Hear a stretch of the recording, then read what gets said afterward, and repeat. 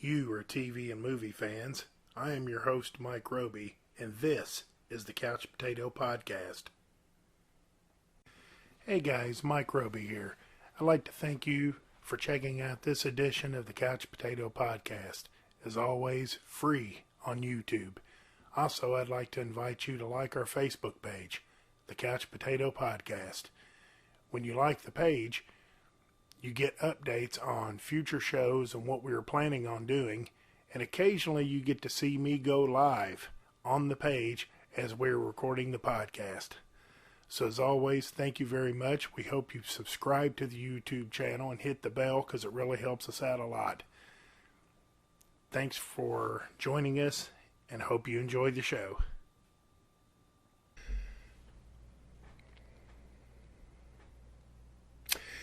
And welcome to another edition of the Couch Potato Podcast. Well, we're going to do the commentary for Creepshow today, the original Creepshow. And we want to welcome people watching us live on Facebook via the Couch Potato Podcast Facebook page. And we encourage you to subscribe to our YouTube page as well, so you can see all the updates and all the new podcast shows that we do. And those are audio only.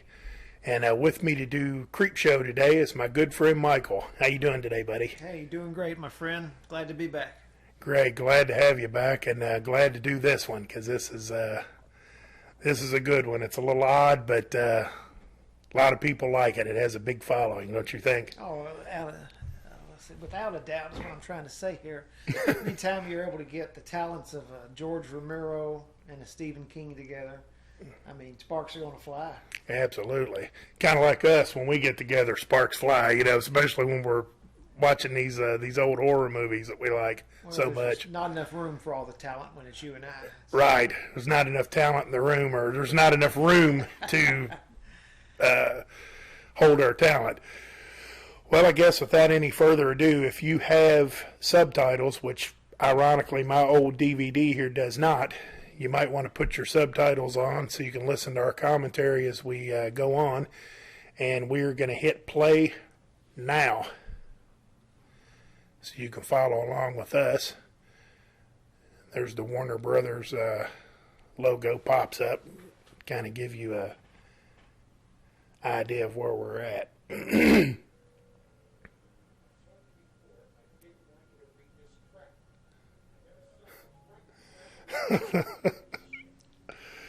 You get the father here who's unapproving of his son's reading material. Yeah. The dialogue says he has nothing good to say about it. This is I guess, a big homage to all the EC comics of the 50s. Mm. And he just told him, hey, buddy boy, who puts the bread on the table around here, don't you? Ooh. Took a shot to the chops. You don't see a lot of that with today's youth, but they could use more of it. Yeah, they could. Now, you see a lot of that, a lot of back talk. A lot of great toys, too, in this background. Yeah, I seen the Hulk back there. You see the Shogun Warriors, Godzilla, and there was a Rodan hanging from the wall. And he approves of that. Sure. Amigo Hulk, all kinds of goodies. You remember that, buddy boy? Tuck in.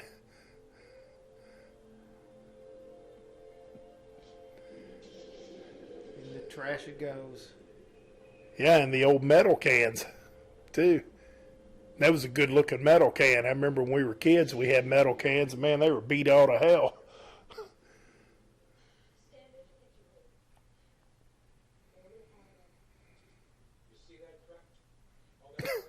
Did you see that crap? That horror crap?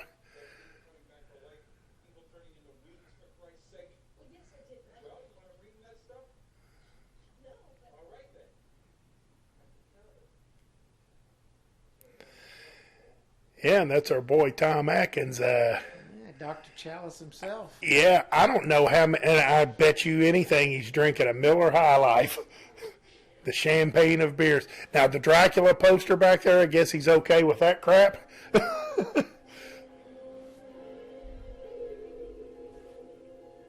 don't know about him, but I'm okay with it because that's one of my favorite movies of all time. Yeah, me too. Universal horror genre.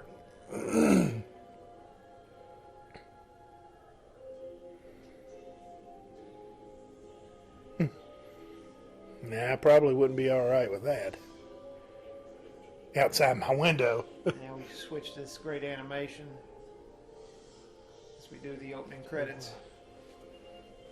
Yeah, scoot it in just a little bit. It's there you go. It's probably All right, Laurel Production. That was George Romero's production company, 1982.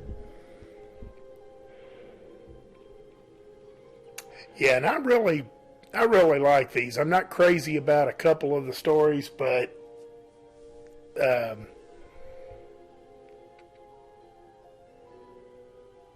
I guess what is there 4 stories in this one?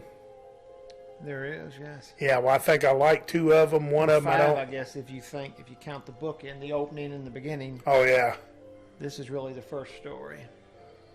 Well, anything with Tom Atkins in it, I'm gonna like. So even if he's smacking his kid around, still, it's always a pleasure to see Anytime you him. can get Sam Malone and Frank Drebin in the same sketch, Tom Savini. can't go wrong with that either. No. That looks like a ghost from a Scooby-Doo cartoon.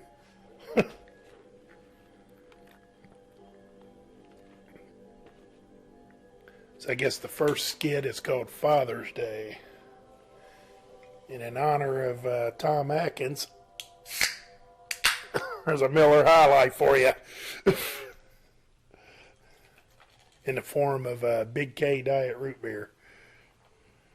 This is stunt double. Yeah.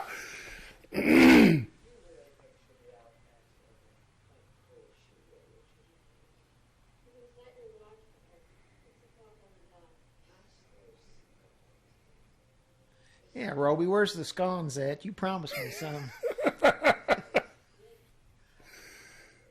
I promised you cleavage from a flat-chested woman, and I delivered right there. I'd rather have the scones. Yeah, I think I would too.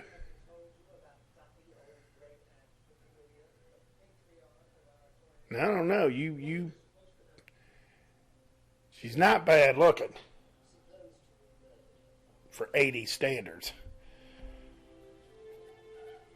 Great, this. Well, how about this? Here's your choices: Aunt Bedelia or whatever, or that woman that was in there, the old crabby woman, or Ed Harris's girl. Well, don't be so ambiguous. Choices for what? Oh, there he is. That's old Nathan. He wants his cake. That's what it was. You all want my money.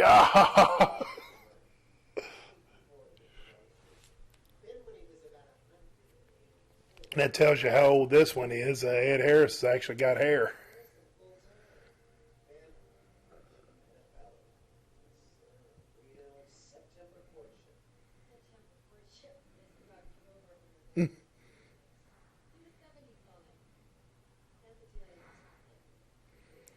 I guess these people aren't aware that nicotine can be hazardous to your health.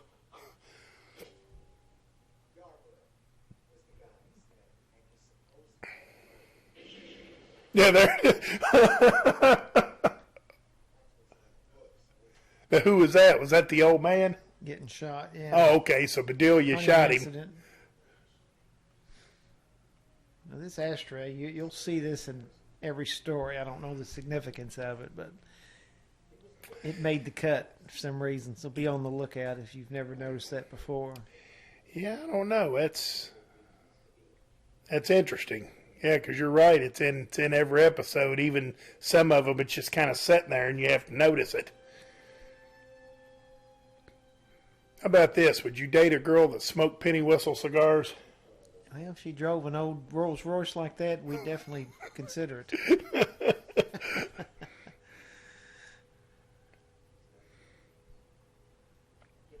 Yeah, that is a nice car.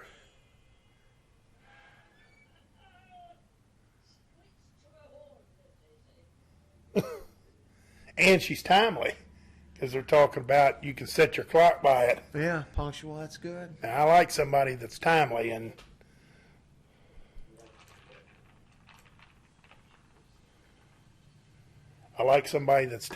I guess I should have apologized for oversleeping today. Usually it's not like me. That's okay. I'm used to your standards by now. Man, it's late night partying and Up all night, sleep all day. I got you, Yeah. man. I remember that lifestyle. yeah.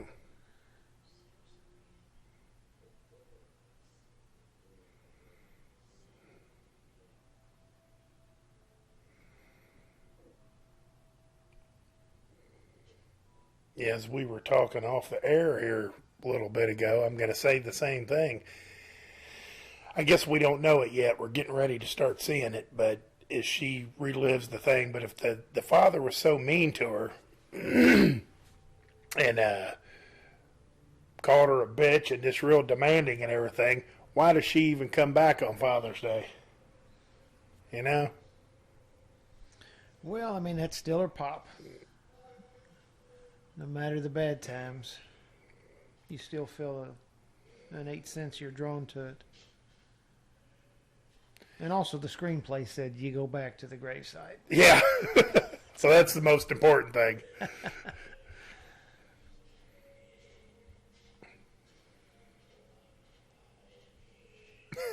And you can hear in the background, I want my cake. Nate wants his cake.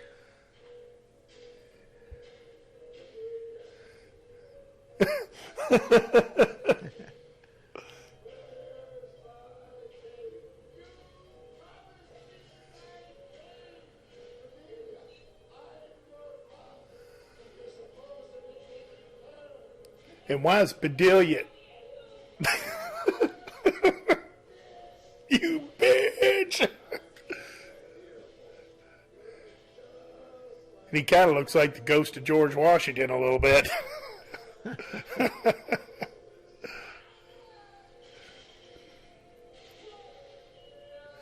Well, here's my thing. This lady here looks like she's a servant or whatever. Why ain't she making the cake?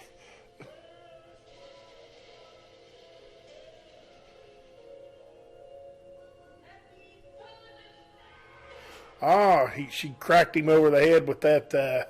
I thought she shot him. Who got shot out there? That's the part that I don't understand. Somebody was creeping through the swamp or whatever. They get shot from nowhere, and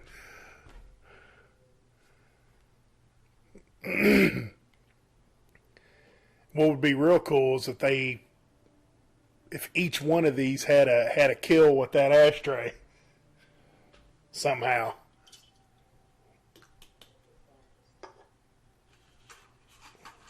It's her guilt that brought her back, after all. Yeah, maybe that's what it is. That fifth of Jim Beam. So, I understand the guy wasn't very nice, and maybe they all were after his money. Maybe. But she did kill him, was the cops. Was there any investigation? The cops involved? Did everybody just say he fell over dead and a cracked skull didn't clue nobody in? Or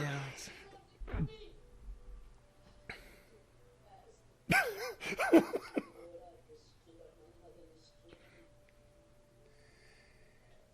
Jim Beam.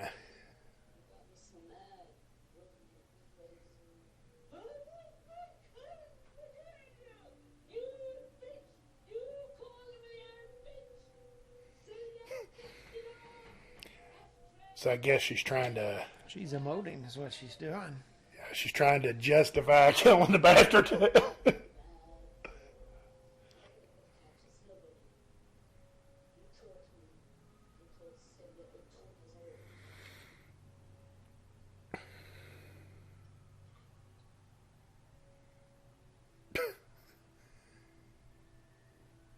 Now, a Jim Beam bottle laying down there pouring out onto the ground's nothing to laugh at, in my opinion. Oh boy.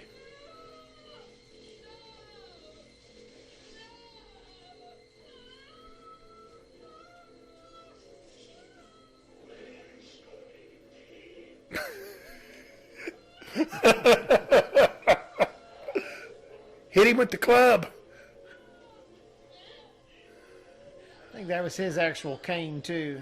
Yeah. She must have got that in the wheel.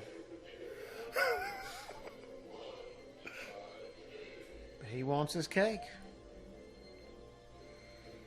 And I got a feeling he's going to get it.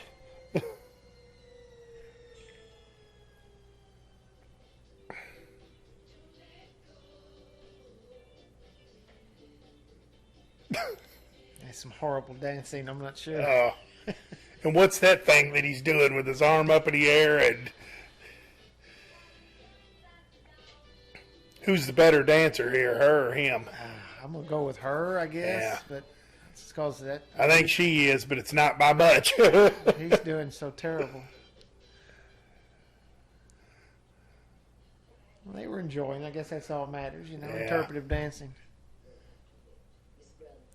And I guess that right there is supposed to be the same woman that was the servant earlier, It is. but so many years later.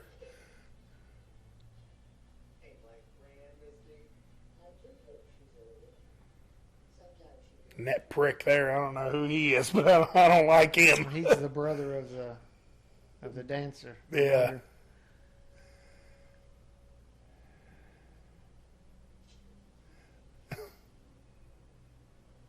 Have you ever tried to do that? I've never had any success like matches like that. I think I've tried to do it with my fingernail before. Yeah, I've never. I mean, About burnt my thumb off. I pulled it off a couple of when I times. was a kid, But I would try that. You know, I'd Yeah. see it in like movies like this. Let me go out there and see if I can. You know, yeah, I'm on a Bedford Stone house. Let me see if I can. No, all I did was destroy 20 matches. yeah. Which would usually end up in an ass whipping from my father for screwing up his matches. The old Cowboys, they would use the bottom of their boot and strike it. That never worked for me either. I would do that, and my dad's like, I want my matches back.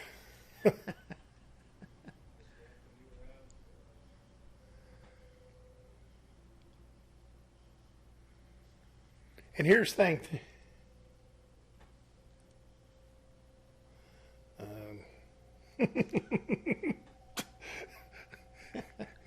I was motioning off camera for something to drink. Getting a little parched. Yeah, well, I got Steve watching. My buddy Steve, what's going on, pal?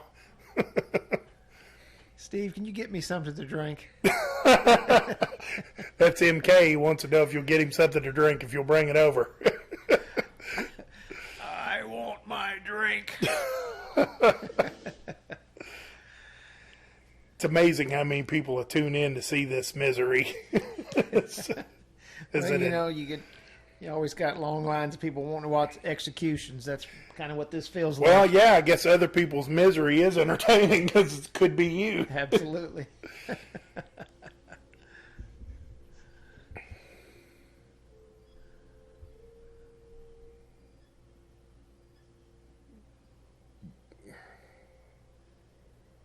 So we got all this steam rising off the moors coming Yeah. into the graveyard. I always love that. I watched enough of Fog. these to know when that fog and whatever's coming off and you're hearing that little eerie music in the background, it's time to get the hell out of town because it can't be good.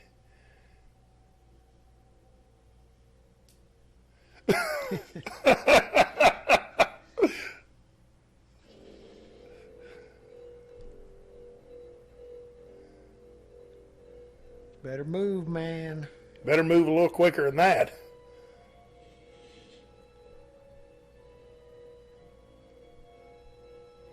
A little quicker than a snail's pace would help here.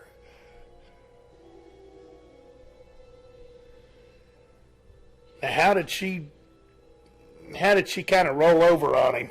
I think he reached out and grabbed her hand. Yeah, that's all he did was grab her hand. There's old Nathan. Somehow he also has, I guess, some telekinesis. Yeah. And if that's the case, then he's virtually unstoppable.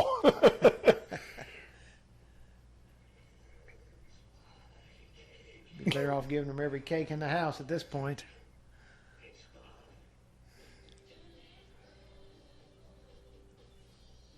So that's like a long cut of that song. It's like a Yeah, 20-minute version. because the woman, I guess she's the sister of Bedelia.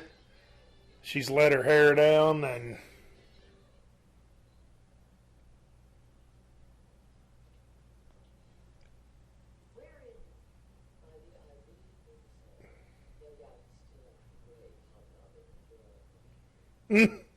hobnobbing with your Aunt Bedelia.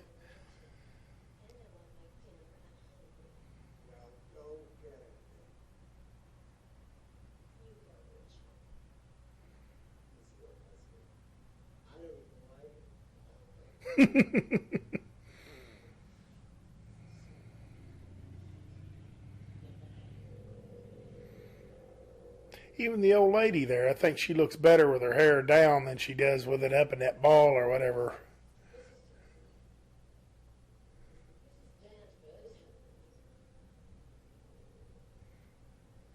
She's noticing someone's inside now that shouldn't be. And they got muddy shoes on.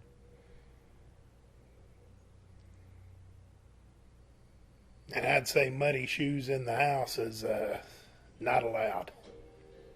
Huh.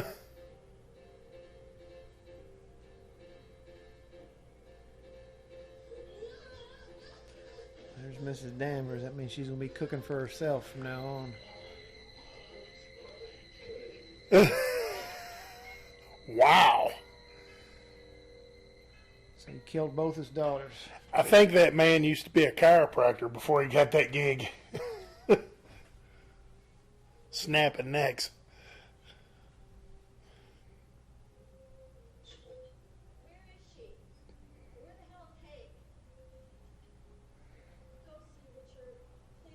Richard.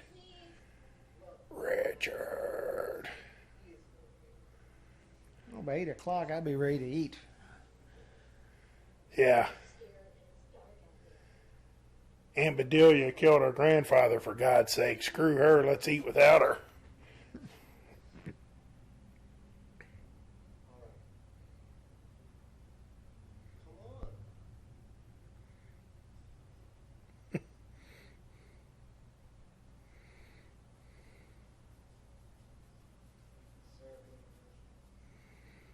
So I guess he picked up both of the bodies and carried them off somewhere. Well, he's going to go through this other door and he'll see him.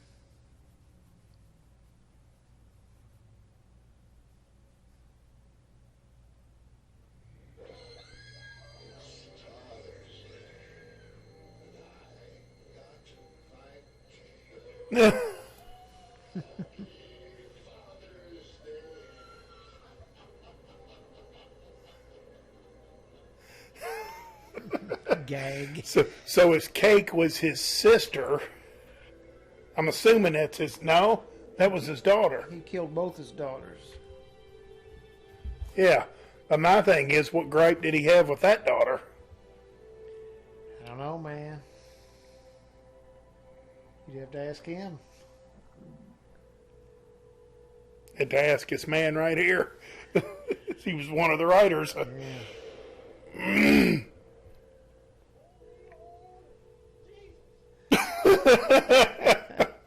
Jordy Verrill.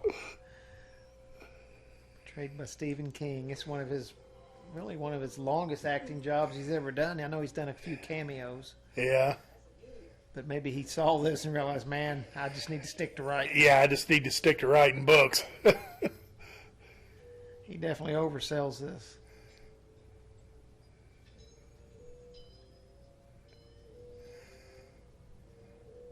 What's he say here in a little bit? Jordy, you lunkhead. You really did it now, or...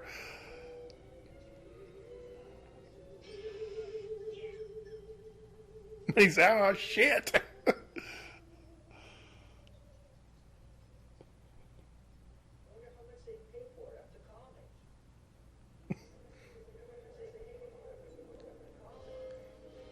Department of Meteors.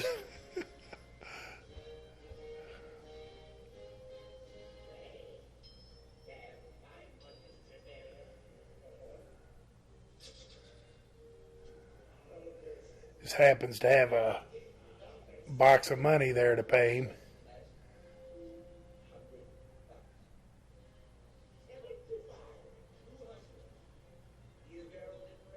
$200 for a meteor? Keep accounting.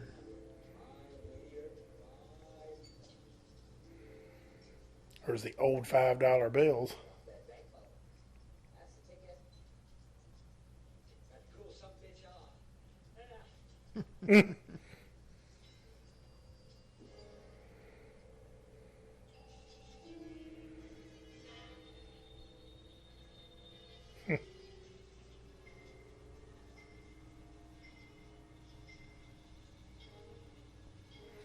It's starting to blister up. Don't do that, Jordy, you lunkhead.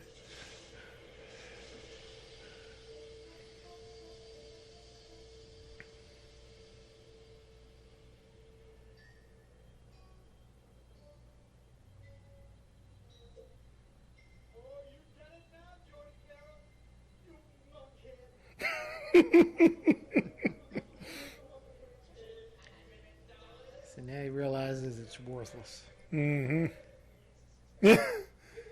He shows up there with the meteor in half or whatever, and all the fluid leaked out of it, and the mad scientists don't want to give him nothing. He's not a mad scientist. He's the director of the Department of Meteors. Yeah, well, he looked like a mad scientist to me.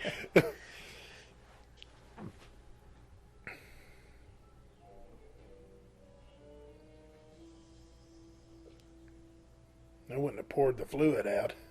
That's the best looking thing about it.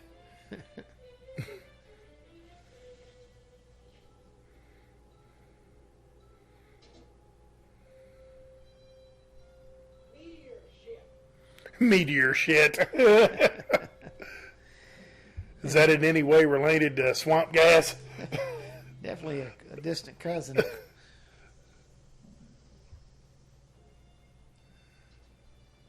Remember, he had wrestling on the OTV, the OWWF. I forget who it is. He was actually wrestling. I know Vince McMahon's doing the play-by-play. Mm-hmm. Color commentary, I guess they called it.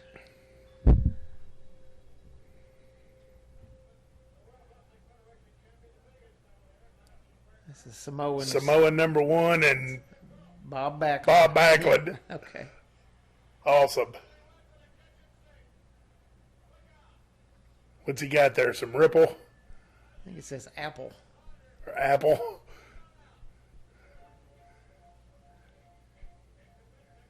And I think he oversold turning the bottle up too.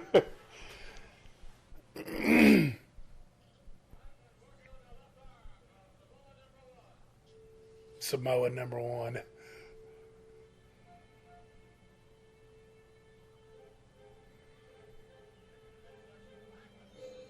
But I guess that's what I'm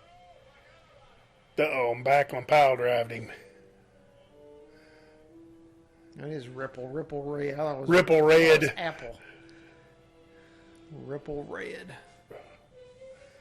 Must be like Cheerwine or something. Must be a regional thing, or yeah. I can guarantee you, I'm gonna go to the liquor store later and ask for some Ripple Red. Ripple Red. See if they. I'm guessing they don't have it, but.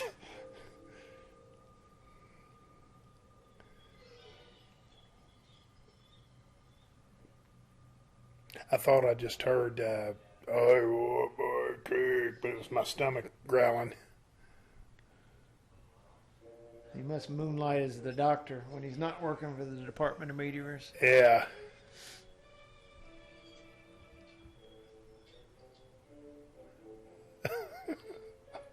Would that be a doctor you'd want to go to for anything?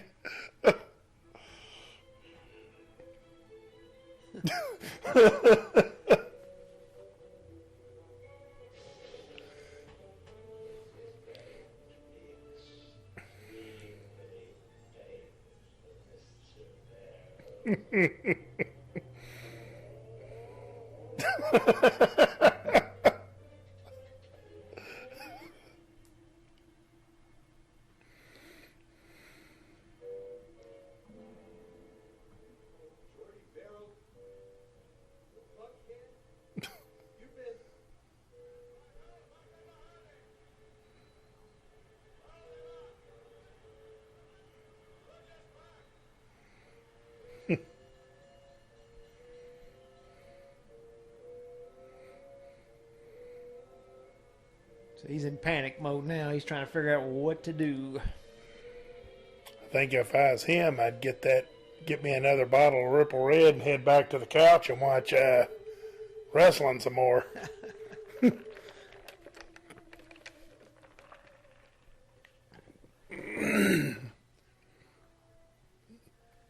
Cadillac.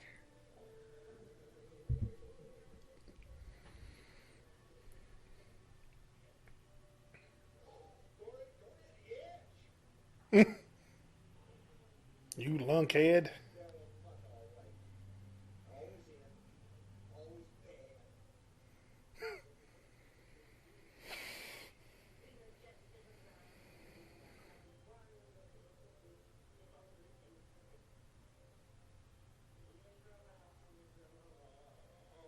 So what's on there now? Like a Scrooge movie or something? Scrooge movie. Or Tiny Tom Thumb or something? I don't know. I think that one actress might have been Betty Davis. I didn't get that good a look at him. Because the guy kind of sounded like an Mr. Scrooge, or kind of sounded something like that. It's obviously not Christmas time there, but...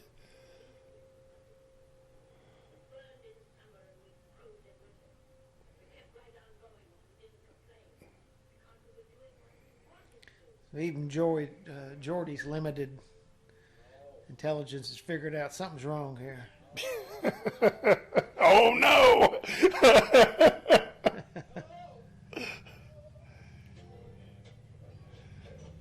Think if I was him, I'd be headed to that college.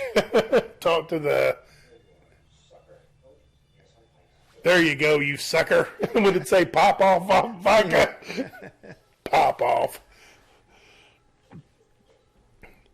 I don't know too much about vodka. Is there a brand called Pop Off? There is. Oh, okay. And he's about to drink it. What's he got there? Some vodka and orange juice? Mix it up with the bottle. I love it. Maybe even some Tang.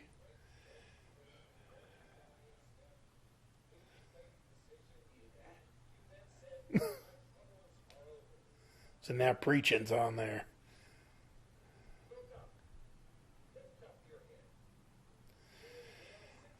Now here's what I would have liked if because obviously I guess wherever he touches, the grass starts growing. It'd have been nice. Grass. Well, it'd have been nice if it would have started like with his nose and down around his crotch and maybe on his ass cheek or something. Well, I think when he gets in that bath, I think it is all over the place. Mm-hmm. He knows that's going to spread it, but what's he going to do? Yeah, this would be the time where you say, Jordy, I think this is getting out of hand.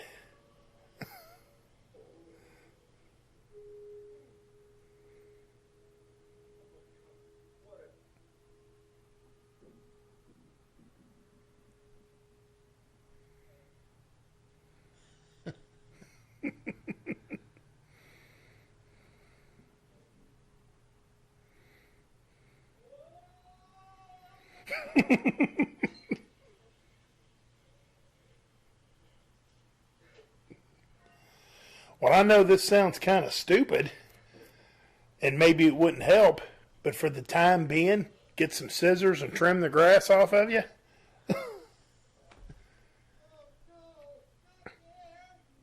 There you go. So it finally did. So his dad was also the director and the doctor. Played a tri-role in this. Nice.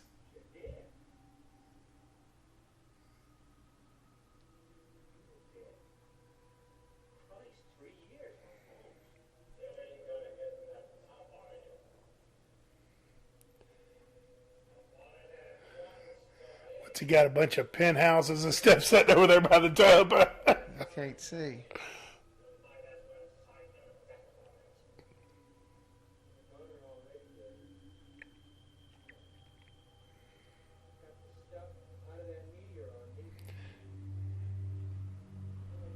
Now here's an idea. I mean, this is just a thought. It's better than doing nothing. And my buddy Steve's, if he's still watching, he could probably confirm this. Although he's not watching the movie because he's at work, I think. But how about some commercial strength Roundup? Spray that all over you. Yeah, it's been proven to cause cancer, though, man. Yeah, he's getting ready to get taken over by grass, though. He's getting ready to be grass man. I just lay into the grass, enjoy the ride at this point. Yeah, enjoy the ride. Start labeling yourself as the green man.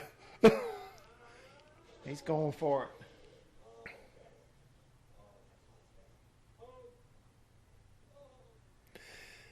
Oh, and his ripple is Ripple Red's covered up. yeah, it's covered. So I guess we're supposed to think, I don't know, hours later, maybe even the next day. They're going through the house here, and it's pretty much everywhere.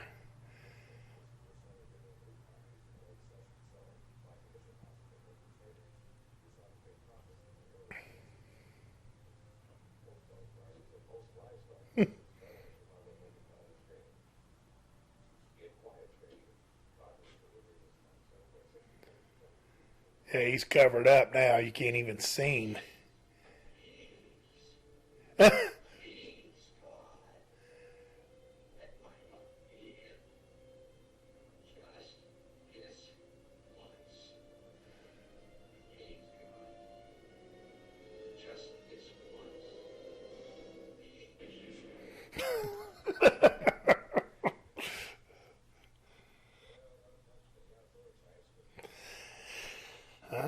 I guess that was his only option. If he wasn't going to use the Roundup or... Or the Clippers. I think you said Clippers, too. Yeah. Castle Rock, 5 miles. Yeah, he could have at least made it to Castle Rock. I guess that's where the college... Well, I don't know, the college might have been in Portland.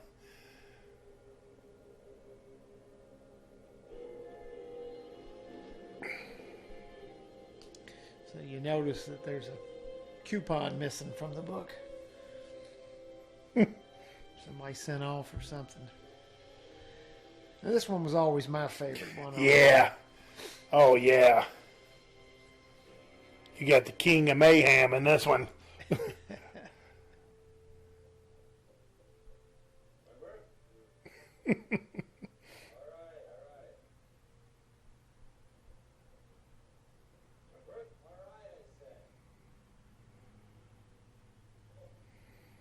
What's he got down there on the floor? A polar bear rug or something? That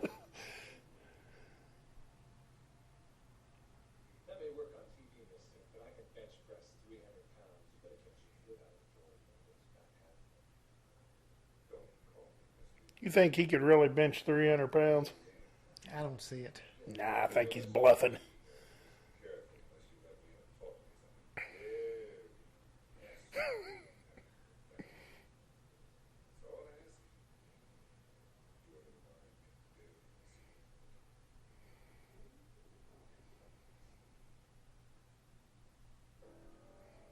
Found out. All right. Becky and I were going to sit down and fight this earlier. Some of these cables are loose, Harry. I'm surprised you didn't notice a change in the quality of your picture. Yes, I guess Leslie Nielsen's character here, Richard, is a audio-video expert, as he shows later on. There won't be any alimony or community property exchange. Just want that. It spreads pretty nice to say that he's a repairman or something. He's done a little bit more than that, I think.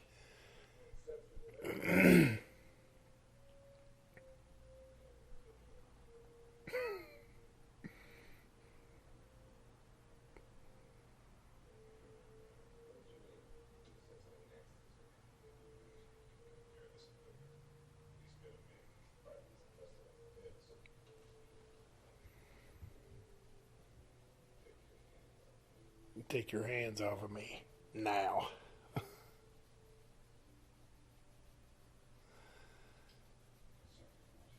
Yeah, Leslie Nielsen, man, he's good.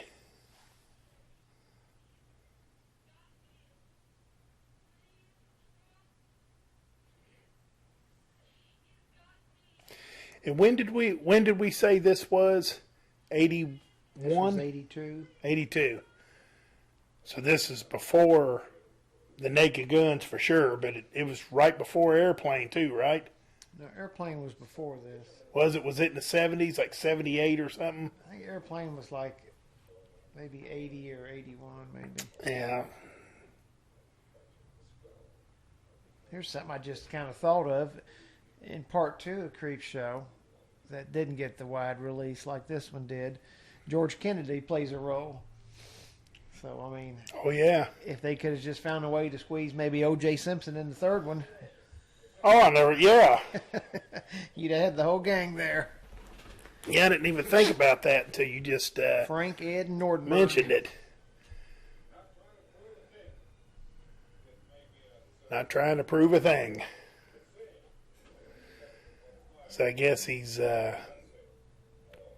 told him he wanted to take him somewhere, and then he could see, was it Vicky? Is the, His wife. I guess to explain to people, Richard's soon-to-be ex-wife, or I guess currently his wife, is having an affair with Mr. Wentworth here, which is played by Ted Danson. And Richard's found out about it, obviously, and he's confronted Mr. Wentworth about it, and we're going to find out real soon he's confronted his wife about it, too.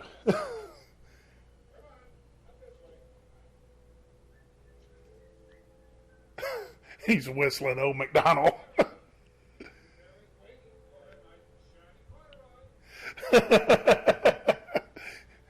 The lady fair is waiting for her knight in shining corduroy.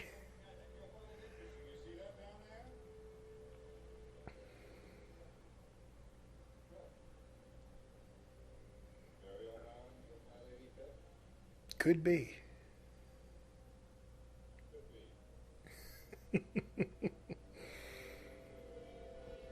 I guess this one's my favorite one because it's the more realistic, the storyline. There's no... Somebody could take you down to the beach and bury you up to your head and wait for the tide to come in and get you. That could happen. Yeah, there's no supernatural. There's no space, space weed.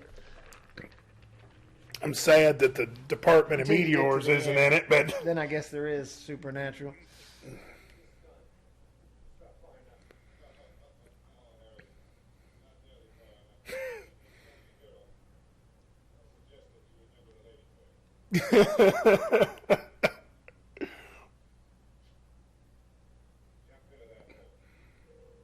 I love it when he says this has gone far enough, and he just real calmly, no, not nearly far enough.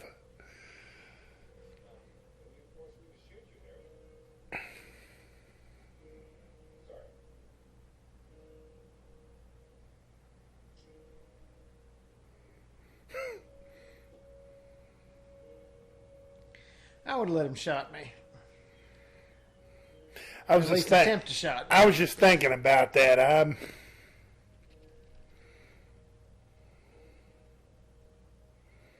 Because now the thing is, now you're in the hole. I was going to say I might jump in the hole and see what happens next, but now that I'm in the hole, I really don't have a fighting chance, really, except for maybe grabbing his legs. And Yeah, he's got the high ground. yeah, he's got the high ground, and I'm an underdog. So now I definitely wouldn't agree to this.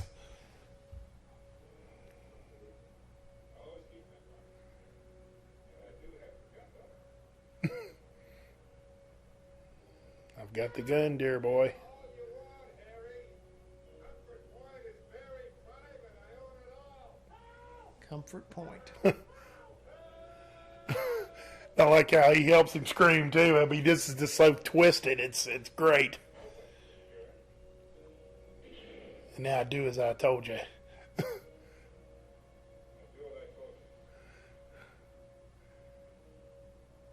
But even then, he didn't shoot him. He didn't shoot. The only thing he proved is what he's got a maximum of 5 shots left.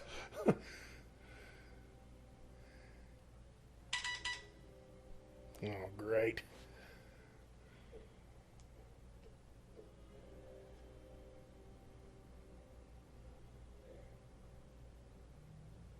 So you like being very close to me? I moved on.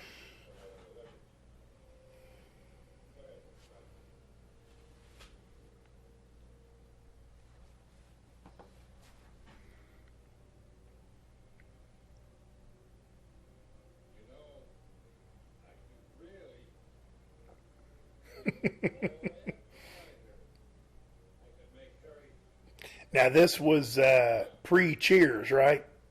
Because I wasn't a show that Yeah. I watched a whole lot, but I'm thinking it might have been '84, maybe around that area.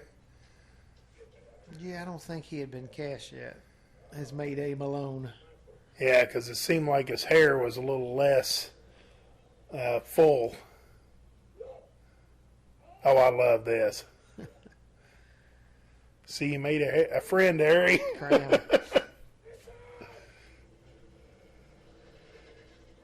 I thought, man, that's of course it. He's got big spools of it to Yeah. run the DC current. He starts singing, I'm just wild about Harry.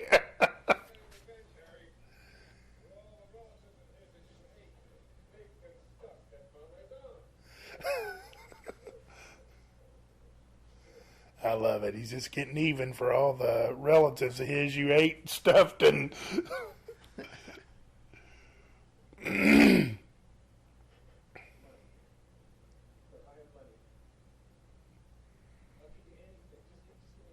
you're going to try to bribe a guy that owns a beach?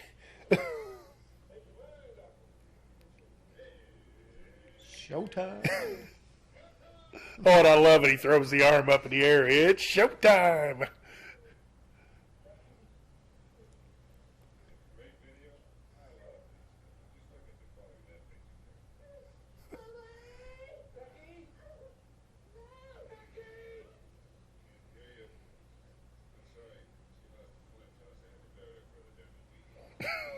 He even had a coin toss to determine who who got buried where. Now, you horror fans, y'all recognize Becky as Fly Girl from Dawn of the Dead. Mr. George, he had a way of using them same actors like many directors do. And she didn't do a whole lot more after this, I don't think. Something else just came to mind that might have came out about this time from what you just said. A fly girl, a fly girl, fly.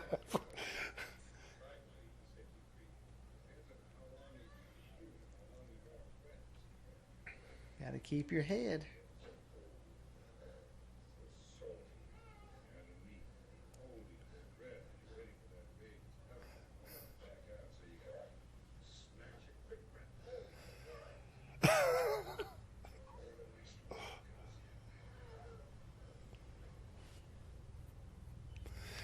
Yeah, I love this little dialogue here where he's kind of telling him how to survive, how to conserve your breath, and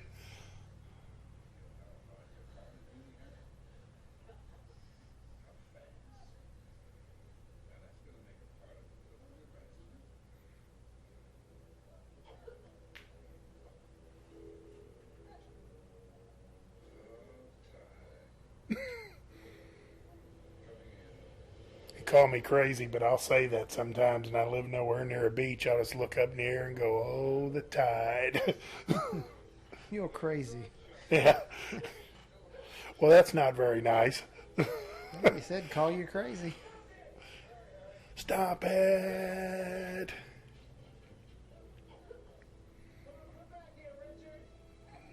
I want to hear him sing I'm Just Wild About Harry again.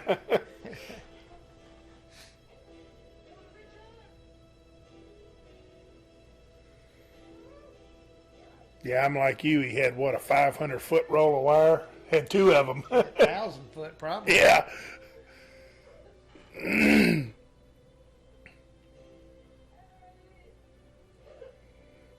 Because the source of it had to come from that building that was up in the very front when they first came in. And that looks nothing like the house that he goes to. So there must be a house somewhere else that he...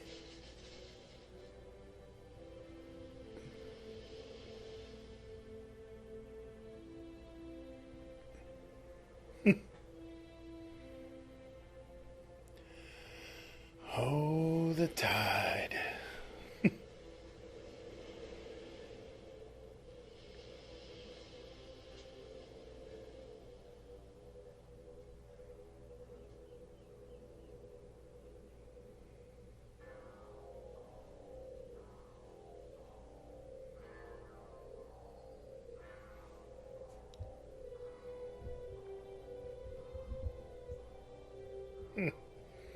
Got some top-notch equipment there. Yeah, for its time, for sure. 1982. It's funny, though, I don't see any of the wire anywhere. You know, when he's riding back up the road, I don't see any of the wire.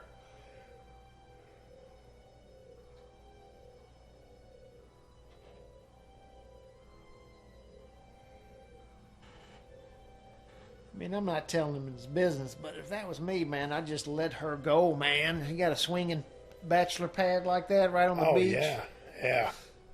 Yeah, but what if you got, well, Even an I was older going to man- say, what if he has to give her half of it, but he did say that she don't want nothing, she just wants out. So, yeah, let her go. Let her go, man. Even an older gentleman like himself, he'll be all right. He'll have her replaced with two of them Oh, yeah. in a month. She did kind of look young, but I was going to say he probably could land a couple of 25-year-olds. I love how he's just kind of dancing along here. Someone got him some pop off. Oh, yeah. Yeah, I think he had some pop-off vodka. He likes his straight, no mixer. And I love how twisted he is. You know, he's actually laughing at this. He's loving it. I'm kind of loving it, too, but...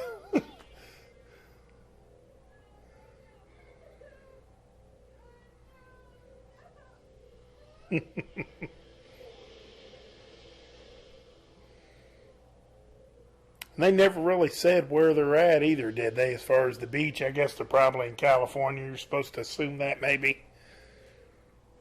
Pleasant Point.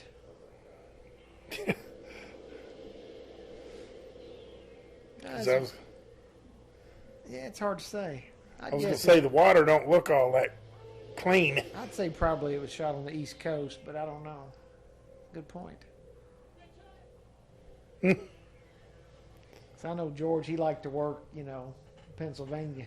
Yeah. If he had his druthers. Yeah. King being involved, you know, he was all East Coast, Maine. Maine. So it was probably shot somewhere up there, maybe, you know, Montauk Point or somewhere by the Hamptons or something, you know, up there on the East Coast. Now, I like this here where he's underwater and his hair is sticking straight up. Yeah. That's what my hair looks like when I wake up in the morning.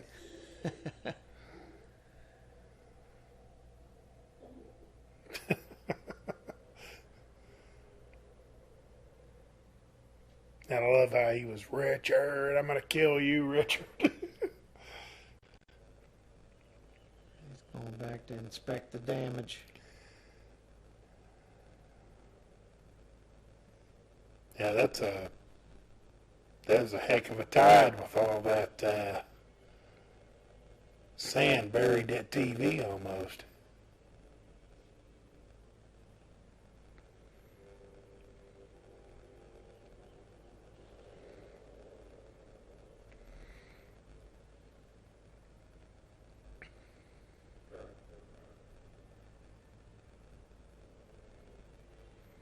So I guess he's got his doubts. Got a little bit of a doubt of what happened.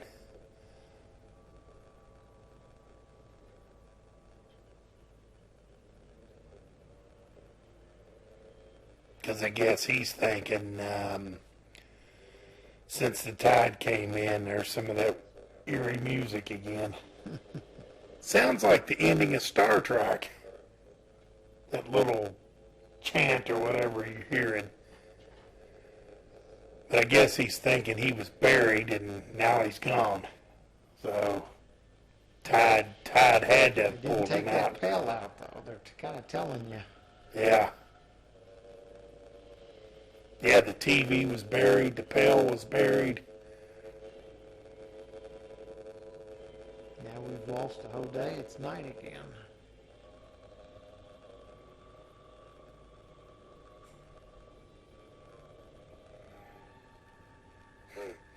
Wonder if you could buy that music on a CD. Of course. You got the soundtrack. You play it when you get up every morning. That would definitely wake me up. So what's he watching? W.C. Fields giving golf lessons or something? I think so. Seems like never mind. There's the ashtray again for those Yeah. scoring at home. Harry's got it.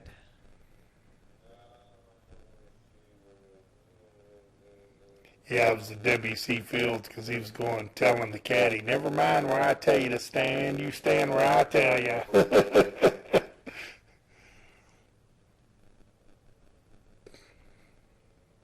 And did you notice his phone? This is his house, but he's got a phone that's got multiple lines on it. So, Mr. Wentworth's going to try to bribe this guy. I got money, you know. And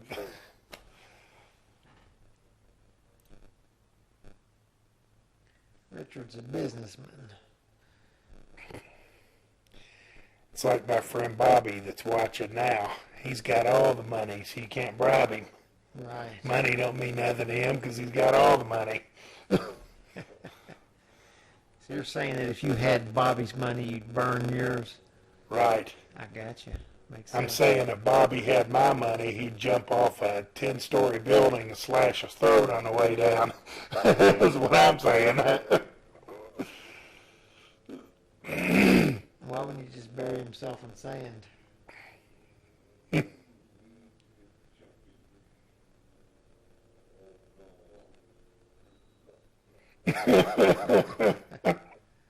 He's all gone. Blah, blah, blah, blah.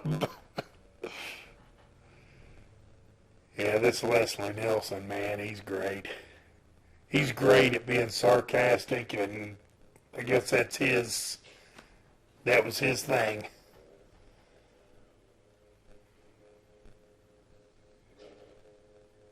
I'm sure he played in tons of stuff, but I've really only seen him in this and the Airplanes and the Naked Guns. I've never really seen. Work in the 50s and 60s, but he played it, Yeah. straight man, if you Yeah. will.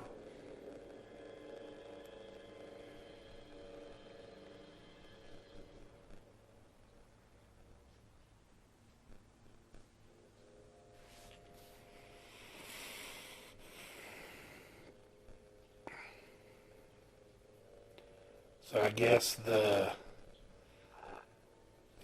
ghost of Mr. Wentworth and Vicky has made its way back to the house. So not only did he get loose, but she got loose as well. So Undead have returned. and that's never a good thing.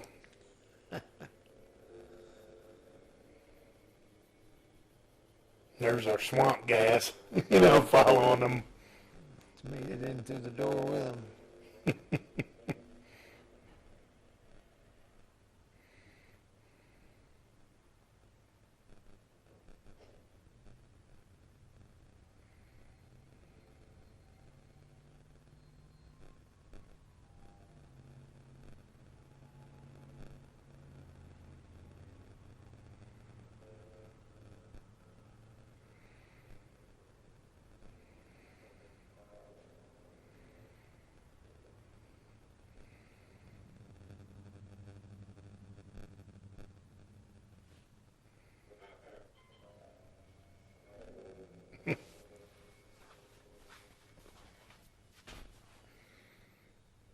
And there's the ashtray again.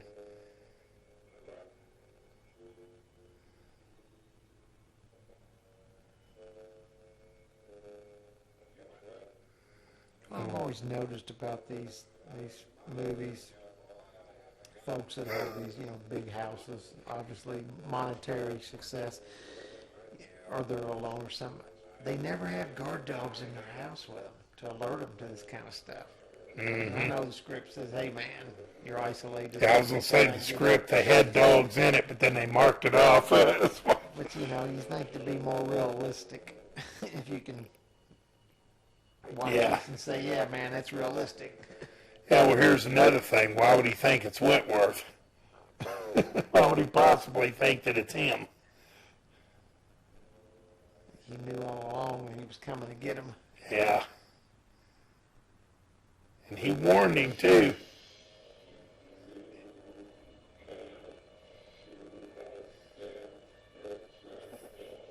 Because we're already dead. Blah, blah, blah,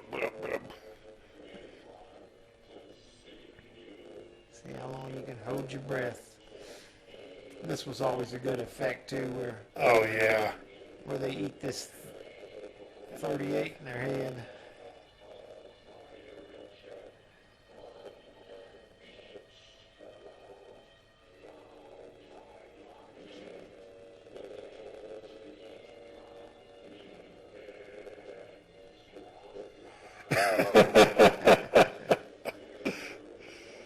It's like that, how that blood flowed out of that wound.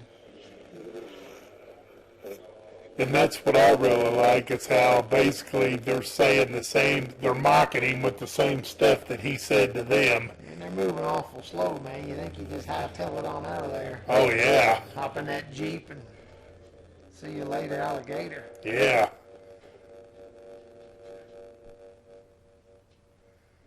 I definitely wouldn't rely on that little slide lock there to...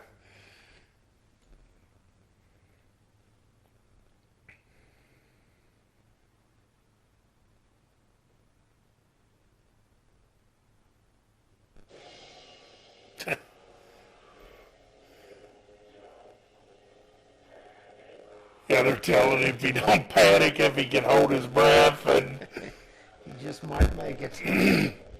the tide, I think I heard her say the tide might even set you free.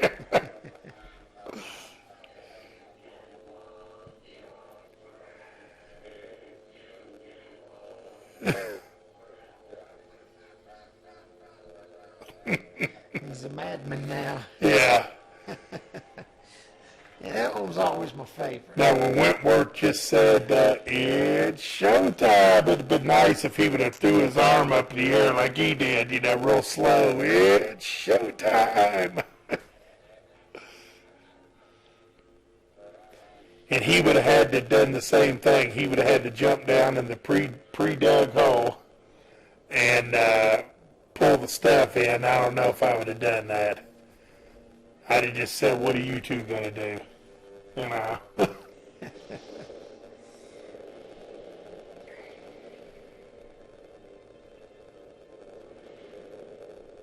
This was a good one too. I like this one. I mean, like I said, I liked them all.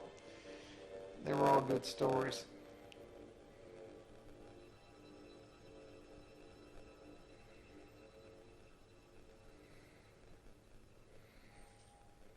Well, I like this one because it's got my other boy in it, Hal Holbrook.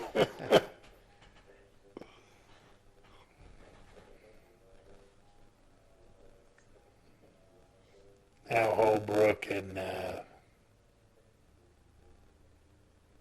Adrian. Adrian.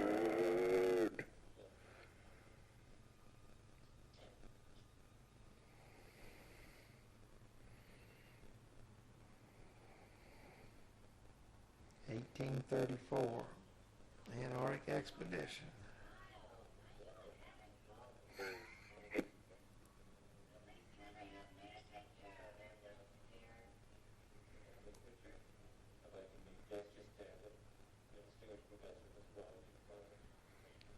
Dexter Stanley.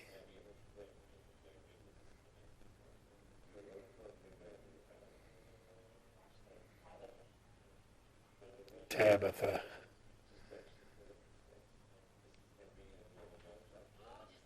Which one of them little cuties you like, Tabitha or Billy?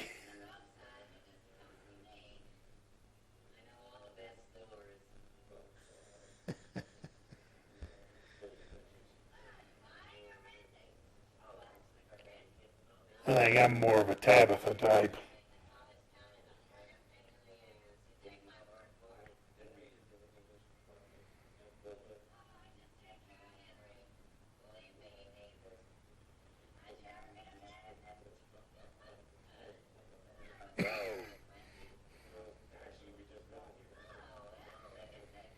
And old Henry's just kind of going along with it. You know, he's embarrassed, but Yeah, he's kind of a beat horse. yeah.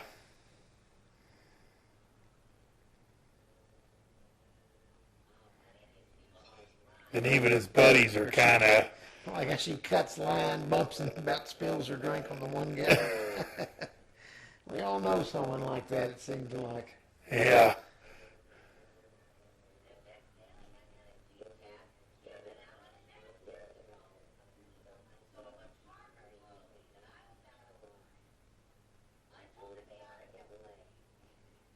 Loud mouth, you know. Yeah, I'm definitely the... Drinks too much.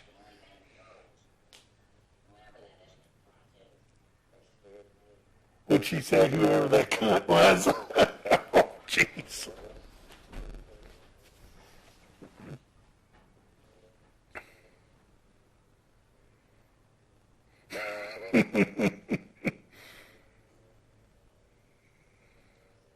That's one of my moves, and I'm wearing a collar. I kind of shake the collar a little bit. Call me about it.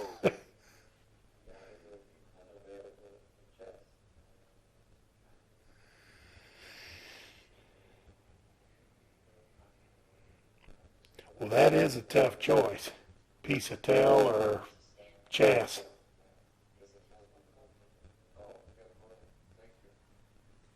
Well, I always said, why not both?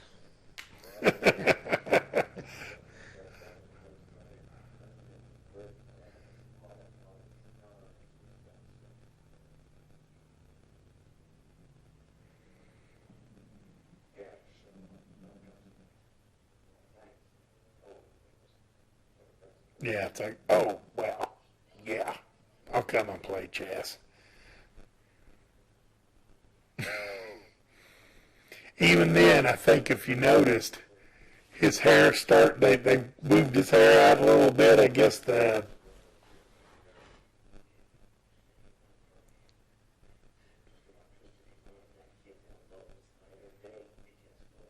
like this story that he tells him when he comes down there.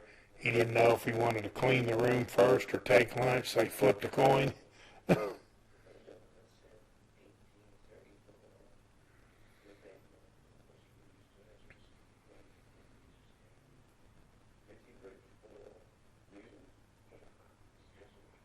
1834? Really?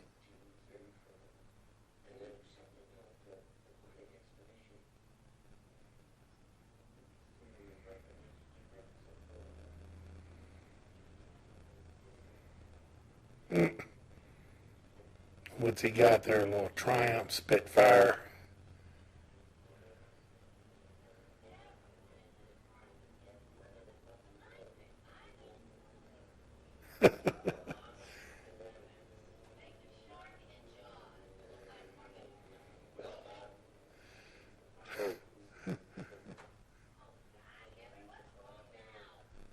Boom.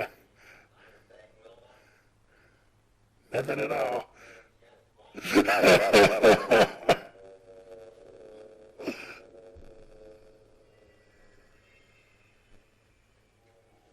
Hell of a shot. Bullseye.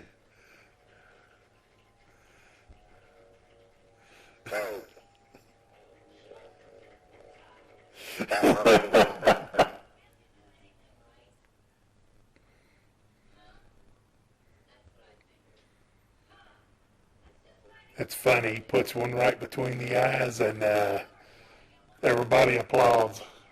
And he's like taking a bow. Daydreaming. Mm-hmm.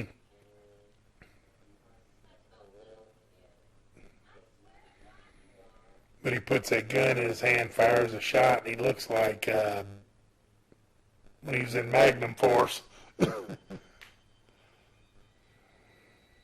Amberson Hall.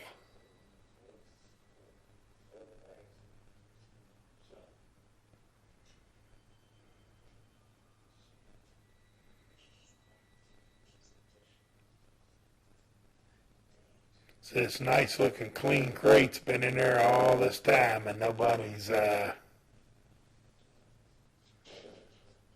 I can tell you one thing, the chain on there is not from 1835 or whatever. But that padlock. The padlock could be. But the reason I say that's because in 1835 they would have 34. or 1834, they would have a blacksmith make those chains, and those chain links have obviously been arc welded, and they didn't have arc welding then. So,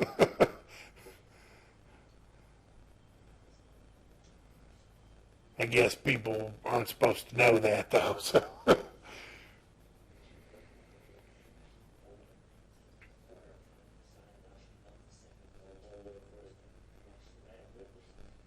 yeah, he's trying to figure out if he needed to buff the hall first or.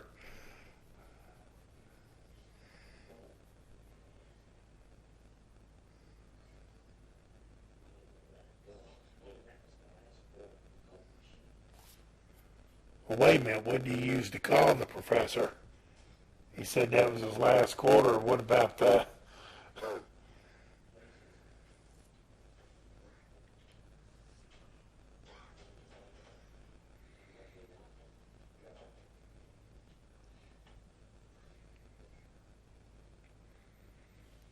And if you ever did that, if you ever kind of thought, I don't know, should I cut the grass today or tomorrow? And then you're like, you know what, I'm going to flip a coin. Like by yourself, you just decide, hey, I'm going to flip a coin. Yeah, You can't make a decision. it's not one of my known traits. No.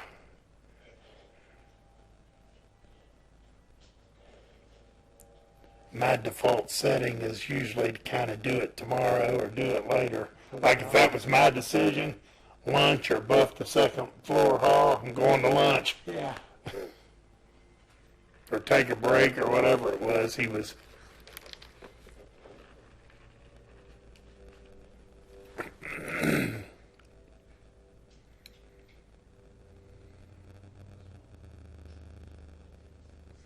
I just thought of something. Is there another one after this? Yeah. Is it the one with the bugs? Oh, I love that one. They're all good.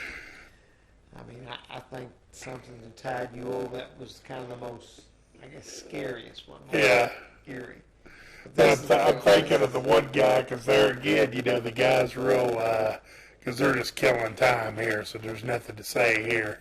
But the guy's real mean to everybody, and then when the bugs start coming in, then they start, his words, like in the other one, the words start coming back to haunt you. Mr. Pratt. Yeah, and the black guy's like, okay, I'm right on it, Mr. Pratt. Oh, that's great.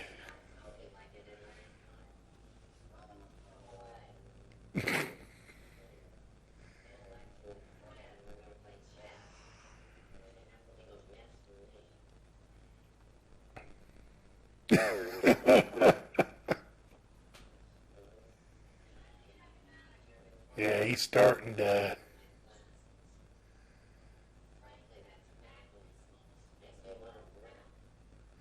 Makes me want to Ralph. Nag, nag, nag.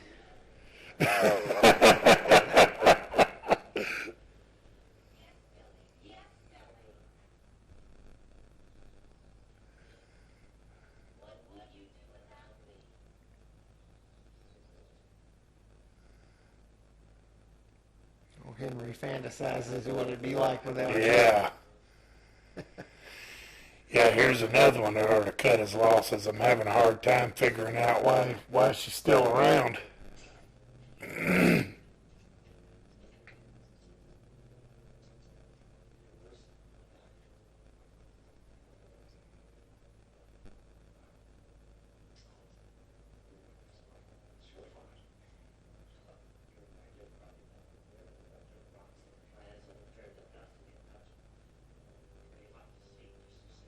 Horlicks University.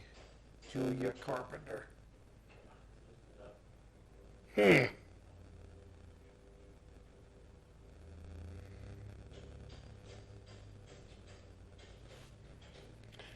Via Julie Carpentier.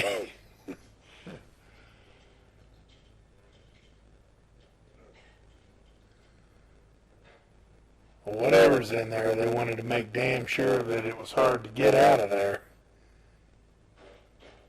Hard to get out or hard to get it open.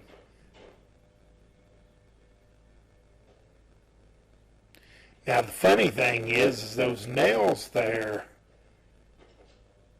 that are more like spikes, now they look like they could be from 1800s. Because there again, it's a blacksmith thing. Well,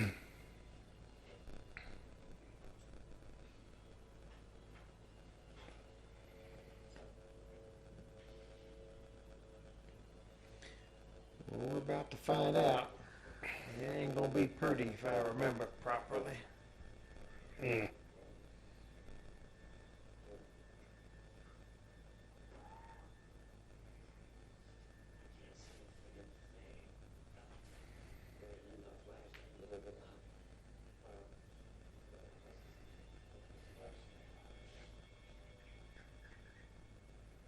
Well, he don't need you to pry more spikes open. He needs the flashlight.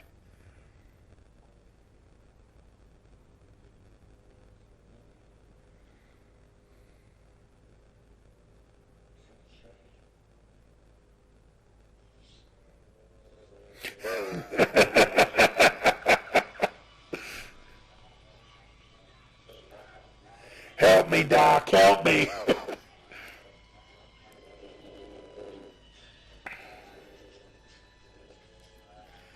Now, if you would have looked in there and seen that, would you have stuck your hand in there?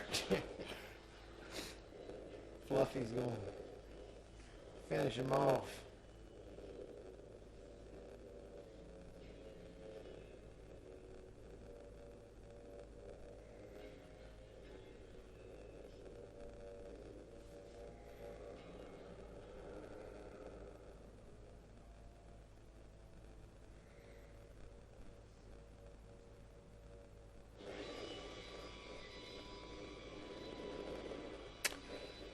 Alrighty then.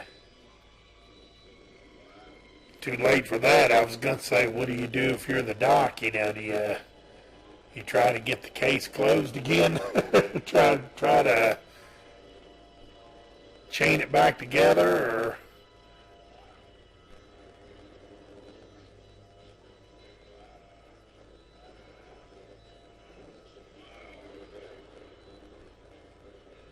or do you run like a coward?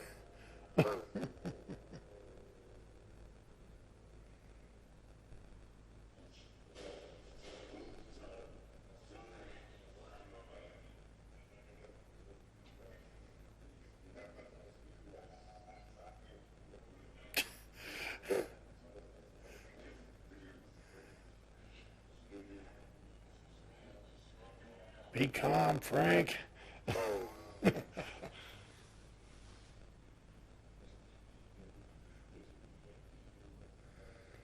I guess that's the guy they were saying that he spends too much time there and he'll get the Nobel Prize or something earlier.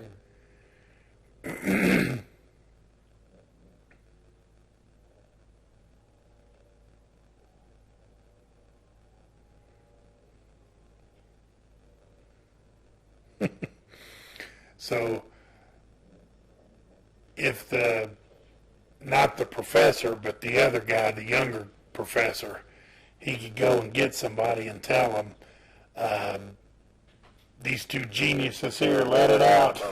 Let it out.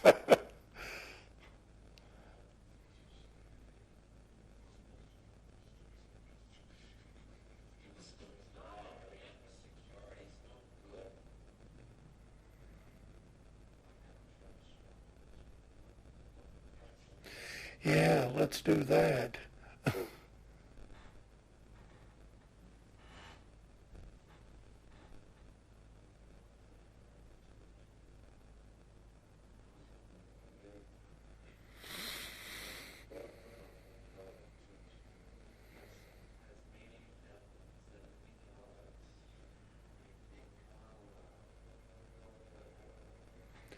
Now, who said it was a Tasmanian devil, the professor or the young guy?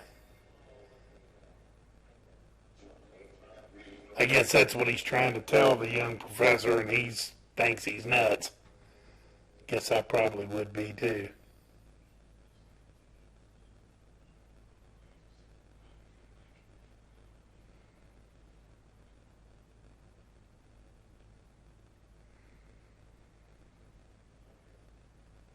But would it be worth checking out?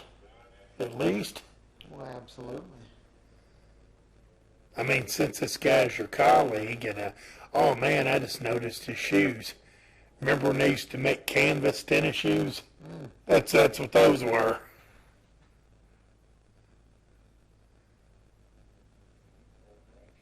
They were look like they were them late 70s, early 80s Nike tennis shoes that were canvas and had the rubber end on them. And no smoking sign. That was a little ahead of its time.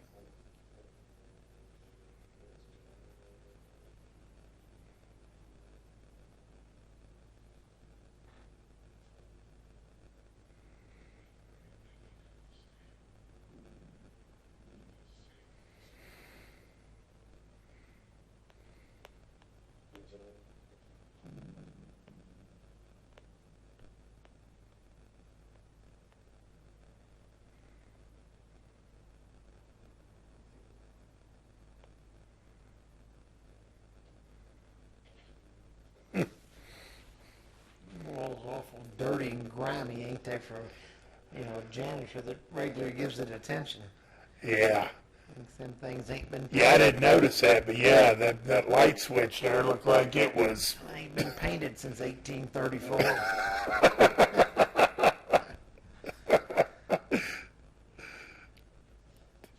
With the bare minimum, the 60s, when they used to use that mint green, god-awful mint green.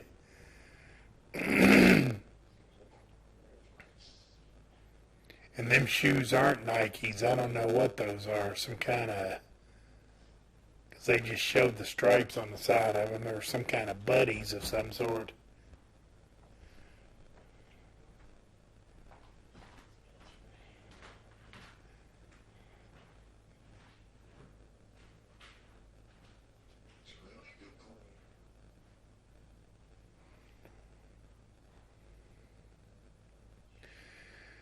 So I guess the young professor here is using the flashlight. He's looking around in this little crawl space and he sees the boot, which is obviously the janitor's.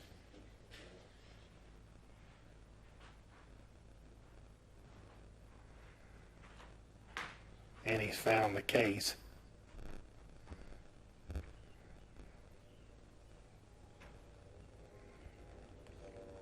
Let's see what's about to happen. Oh, yeah.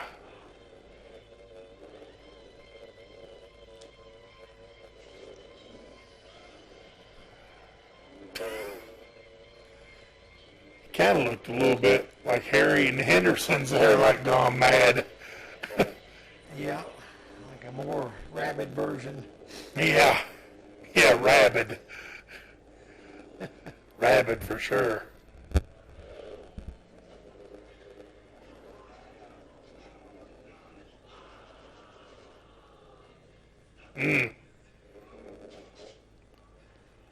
Tom Savini definitely did some good work with this one. Yeah. Not only has that thing got some good claws, it's got a good set of choppers on it, too. Then now I'm going to ask you a very important question. I mean, Tasmanian devils, died, have a perfect set of choppers on their puss. Ooh, rad. Couple of quotes from Return to the Living Dead, which is one that we'll be doing soon, I hope.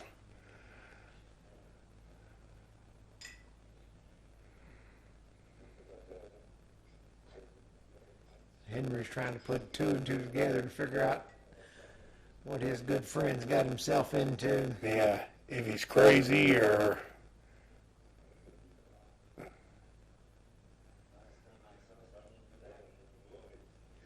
Keep a lookout for that ashtray. Yeah, because I think it's in here somewhere in this room, I think. I think he reaches in a drawer and it's in there, if I'm remembering. It's been a while since I've seen this. Yeah. Probably at least 10 or 12 years, I think, since I've seen this movie. Usually when I watch it, I don't get this far into it. Because usually I watch it when I go to sleep or something, and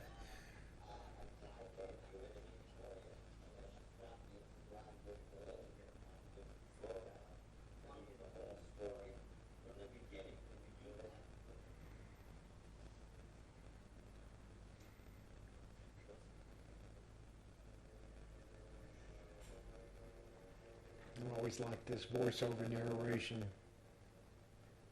And he's driving to the college. Mm-hmm.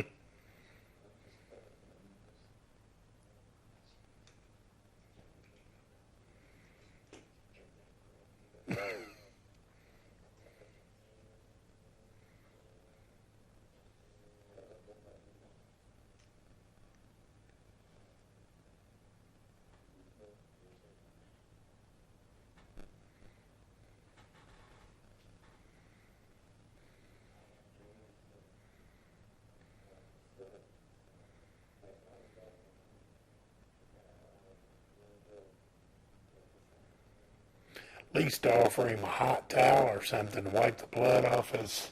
Yeah, well, he spiked his drink Hmm. and knock him out. He knows he ain't gonna worry about that blood. There was some good old Pepto-Bismol in there. Don't have to tell you what that's for. Slip him a Mickey. Ba-ba-ba-boom.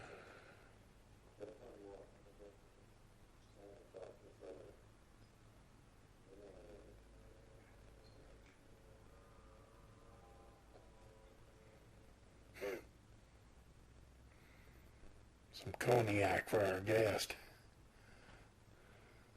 There it is. There it is. Yep.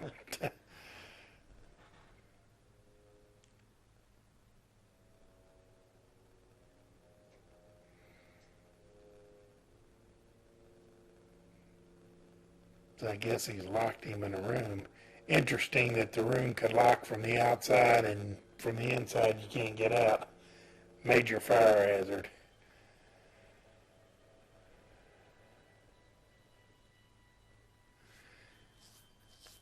Yeah, and I don't know. I don't know if it was a Triumph Spitfire or not, but I guess he took the professor's car. Yeah, it was parked. He had to move it. He's gone to check it out himself, and for me, okay, I've seen enough. The story checks out. Yeah. You wouldn't be any more curious than that. Nah, I don't think so. You can see the wheels turning in his head, and he's thinking, you know, I just gotta look underneath that stairwell, and this is what I think it is. I found a way to get rid of my problem. Yeah, there you go. You better grab that duster on a stick there in case. He wants that flashlight out of there.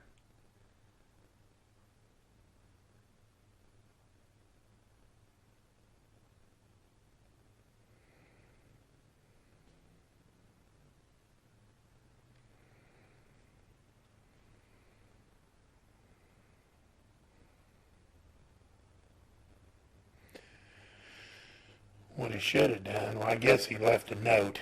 And I guess the note was telling Wilma, or Billy as she likes to be called, where he was going. I was going to say he should have went and got her, brought her in there, threw her in there, and then went after Tabitha.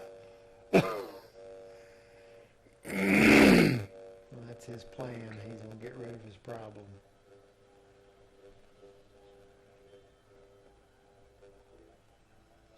Nobody likes pulling in the driveway. They all like parking at the very bottom of The it. same thing, man. And that's what I like to do. I like to park way out there by the street and walk all the way up to the Of house. course. Especially when it's raining. I really love it. Now what in the hell's he doing? He's cleaning that blood that just don't seem to want to coagulate. I was going to say, for starters, run the mop bucket right through the biggest puddle of mud you got. Yeah,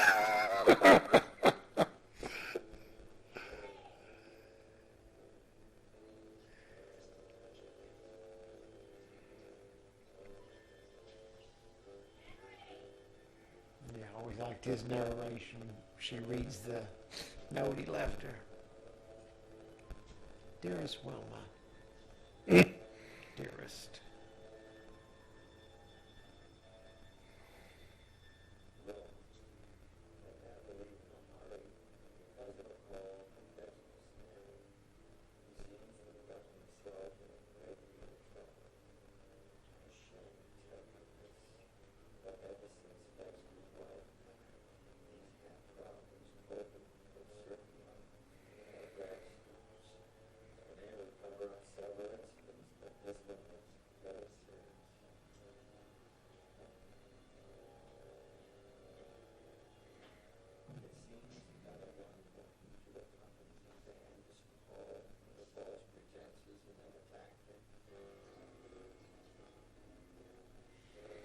Was she making her a white Russian? She needs some pop-off vodka and Kahlua. yeah, some coffee liqueur, and she'll be in business.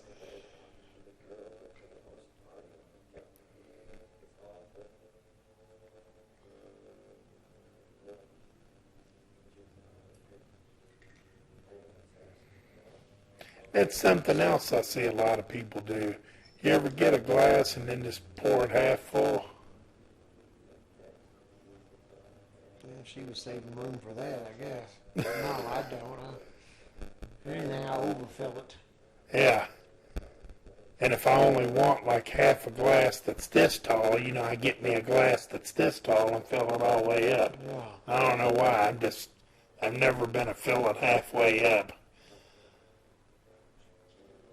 I mean, I'll fill it halfway up, but it's normally after I've already drinking 2 full ones, Yeah. Yeah, and I go just one more time. One more, yeah.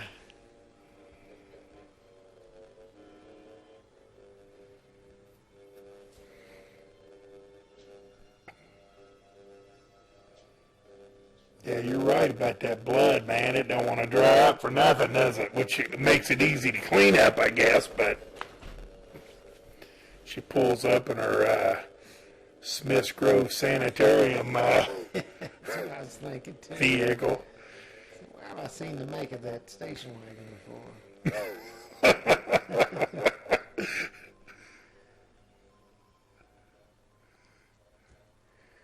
Dun, dun, dun, dun, dun.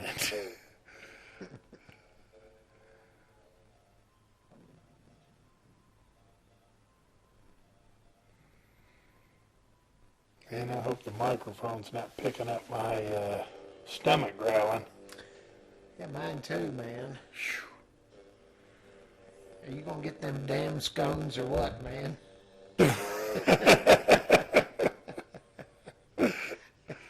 Scones. I don't think I've ever ate a scone in my life, If you offered me one, I'd probably turn it down.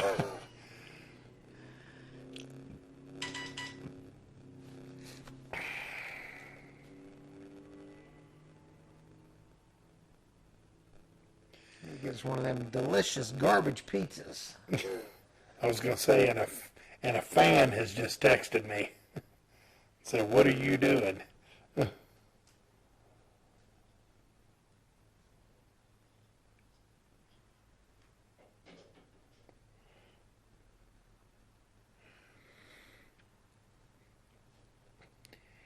And a fan writes, Dear Casey, why are you making a fool out of yourself on Facebook?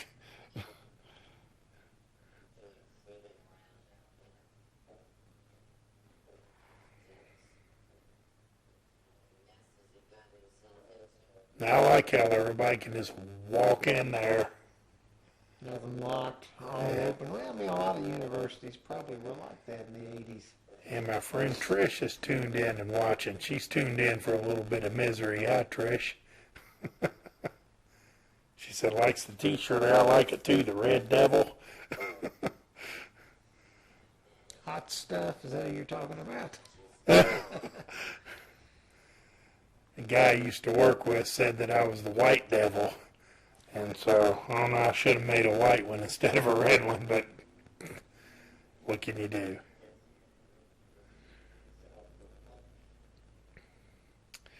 And so I guess what he's got going here is he's trying to, guess he's going to coerce her into going underneath there where the Tasmanian Devil is. Whatever it takes to get rid of his heartache, man. Yeah.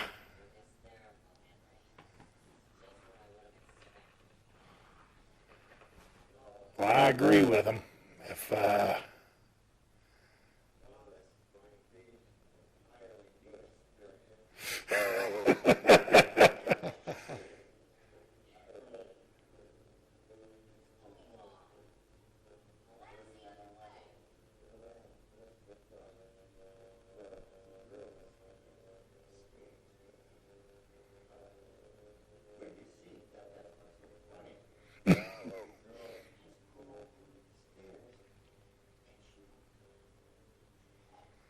She crawled under the stairs and she won't come out.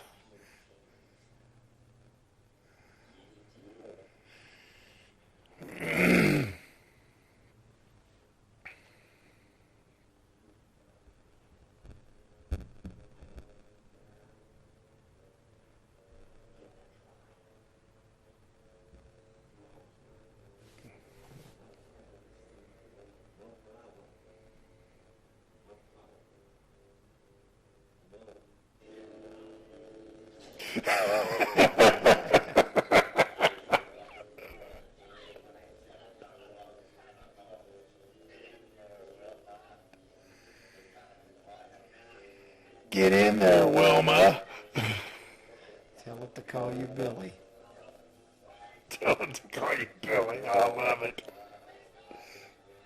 She's not putting up a whole lot of fight. I don't understand why he's... Oh, he's trying to bang her head up against the thing and get the thing to... Because he's saying, wake up.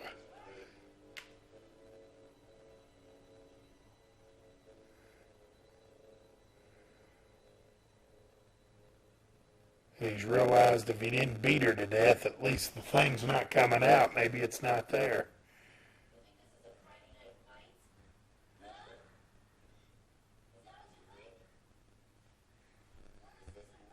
There he's coming back to his senses. That's all he gets out of it for all that? Well, I'd have beat the shit out of her then.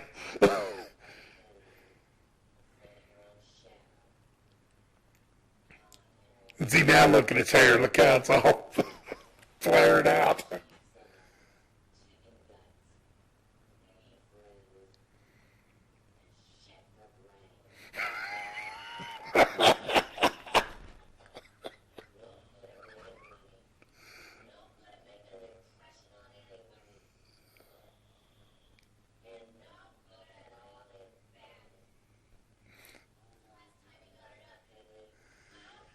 Now he's pissed off. Whenever you tell a man that, when's the last time you got it up, Henry? When have you been a man in our bed? Well, now he's going to kill her. Well, there's the Tasmanian devil to do it for him.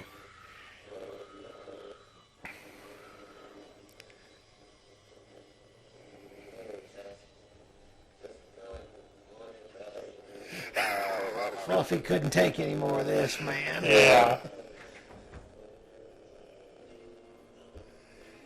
There again, for heaven forbid, shut the gate or do something, you know.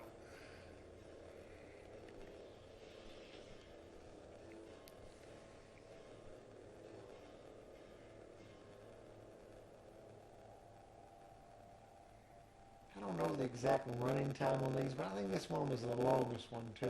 The longest story of the 5. Yeah. It just seemed to... It's dragging out just a little bit. Well, not necessarily that. I just think there was more, they flushed it out a lot more than they did, say like the lonesome death of Jordy Vero. That was a short one. That went quick. Maybe that was at Stephen's request. Yeah. Who knows? I think this one was definitely the longest of the bunch.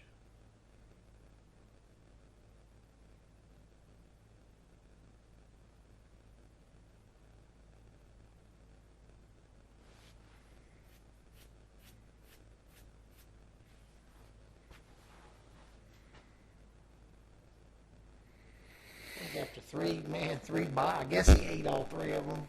Yeah. Clothes and all, you think he'd be pretty lethargic at this point. Henry is proceeding with caution, but he's going to try to lock the thing back in there, which...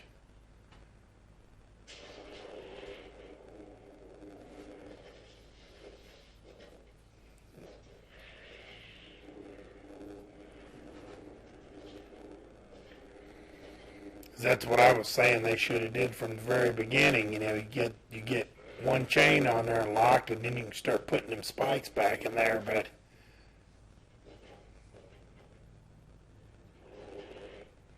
and how in the world did that thing survive in there that long?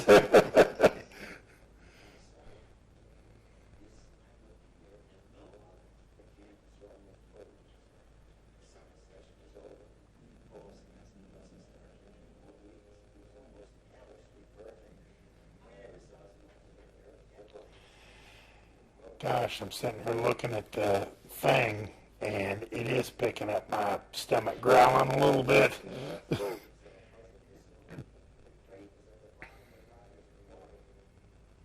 Ryder's Quarry. Dun, dun, dun, dun, dun, dun, dun.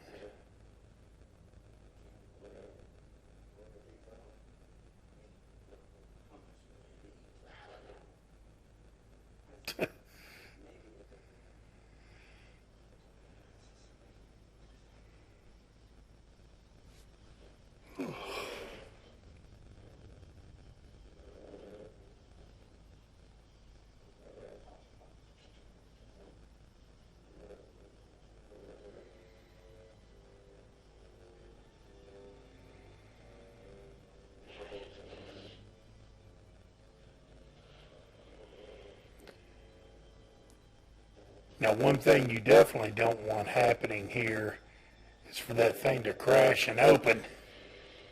Okay. I was going to say, go down and hit the rocks and maybe open it back up. Later that morning in Henry's study,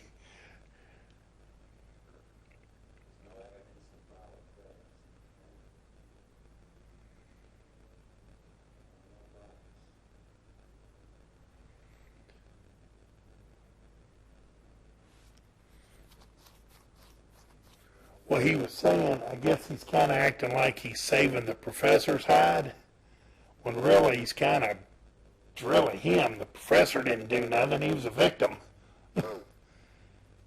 Henry's the one that shoved his wife in there. And Told it to call her Billy. yeah.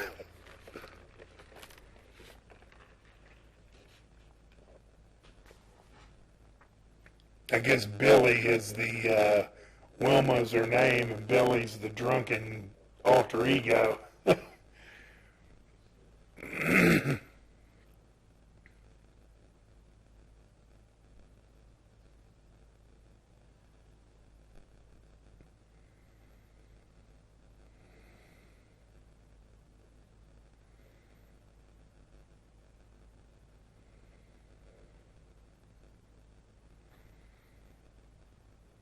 And that's something I know very little about, chess.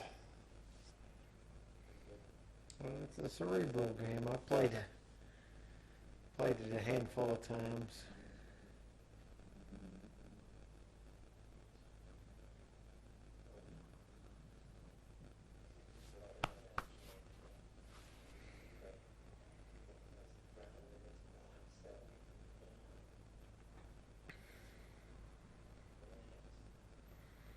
And I don't even know what they're talking about here, but Talking about the creature not coming back. yeah. What if it comes back? And I take it Henry's probably a better chess player than the professor is, Yeah, look at that. because the professor kind of takes his time, and then once he makes his move, Henry just kind of makes a quick move. Yeah, I don't remember that. I don't remember him kind of rumbling at the bottom of the water and all that.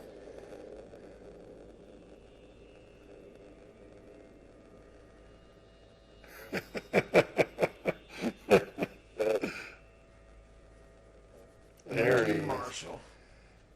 I was thinking there he is. I don't even know what that guy's name. Oh, that's E.G. Marshall, yeah. He's Mr. Pratt, and I'm trying to think of what the guy's name is.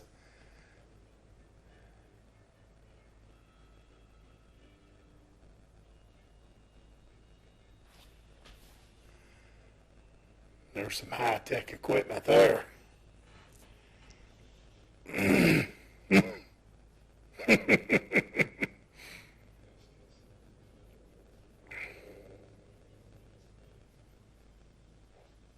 There it is. It's a soap dish. Yeah. This one.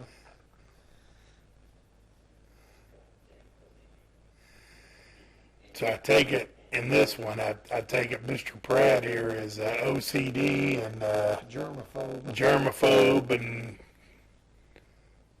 don't like bugs and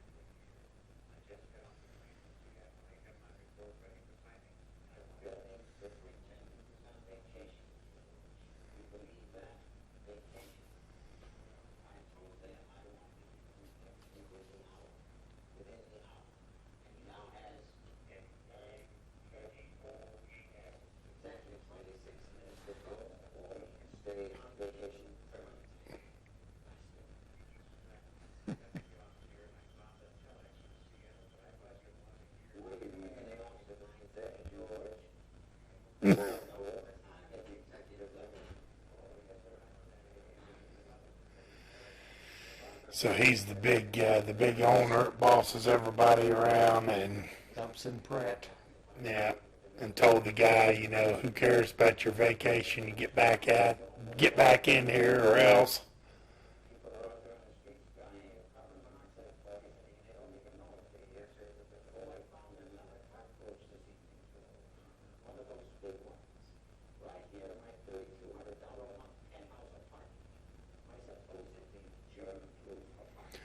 $3,200 a month. That's big bucks back in the 80s. 82 money. That'd be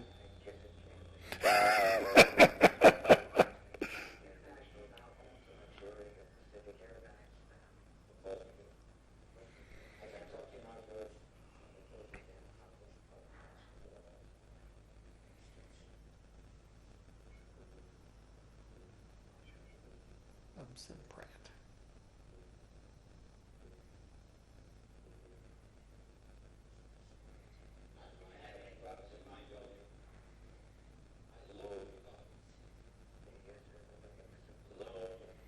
And so basically he's got a pair of gloves on, and then he takes Kleenexes out to push buttons and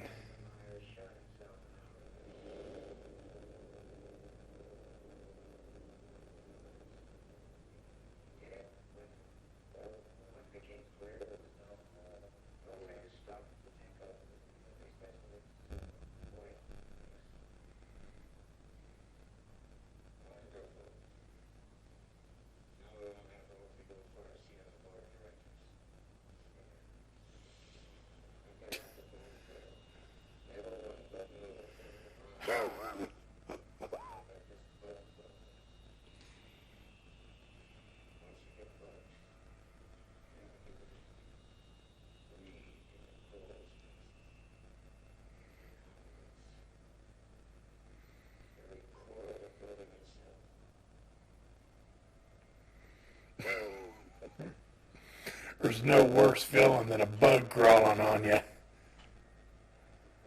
That's worse feelings, but yeah, I understand it'd be a little uncomfortable for some people.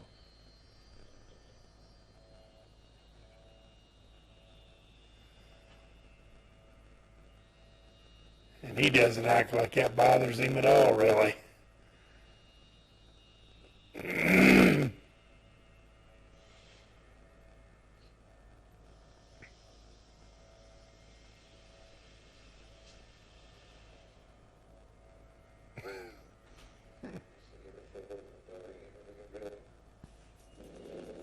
A lot of spray being wasted there.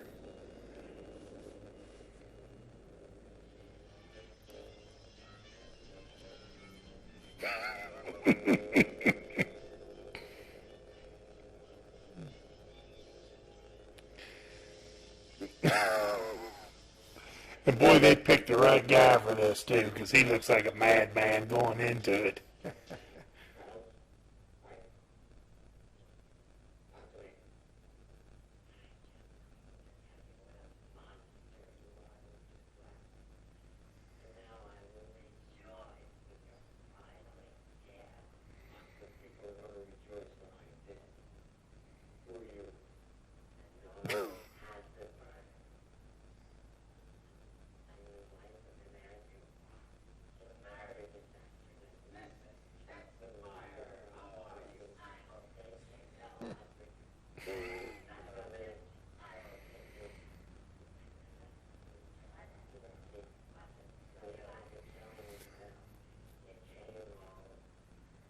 Now, whatever he has in that can, apparently it works pretty good.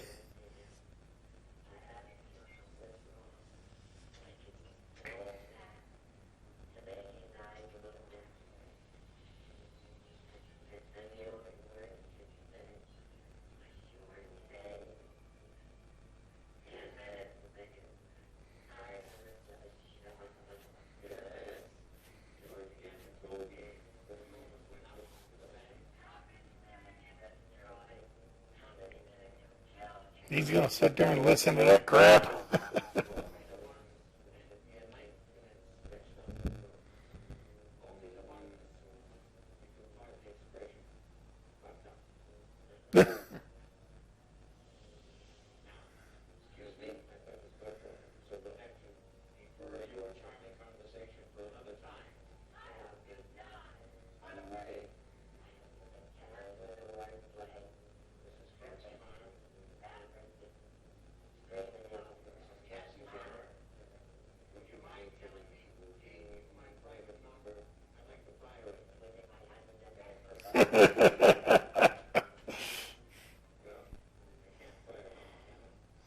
I know who that is now.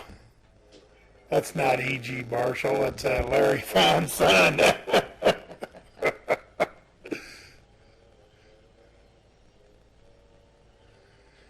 God, when I first seen that over there churning up, I thought it had roaches in it. But the roaches got in it. That's what was.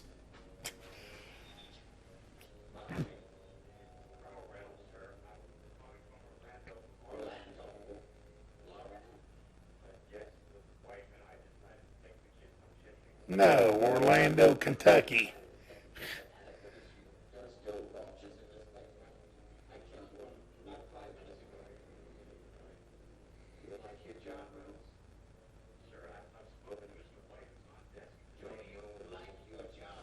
I'm gonna watch his tongue then.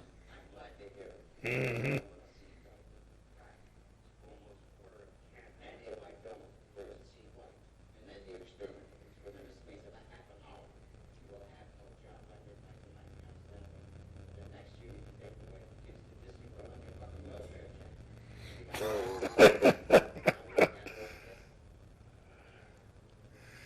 And I guess what they're doing here is they're kind of setting the stage for how rotten of a guy this is. So then, He's got it coming to yeah, him. so he's got it coming.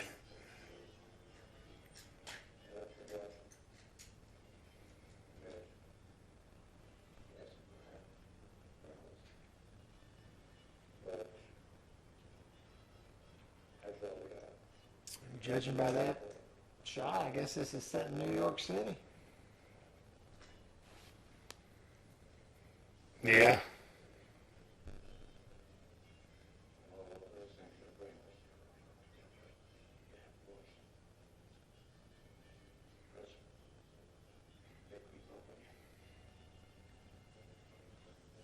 Now, I've had some old computers, but this one that he's on here.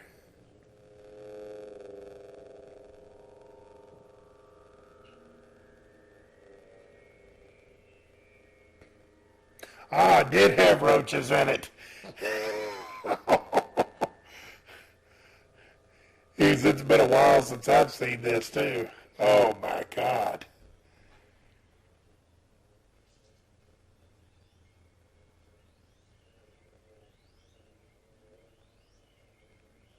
I guess that's some kind of oat bran or something that he was putting. Oh, look at that. Now, you would have thought when he poured that in the thing, you would have seen him. Just more protein, man. What's he crying for? Yeah, excuse me there, Mr. Pratt.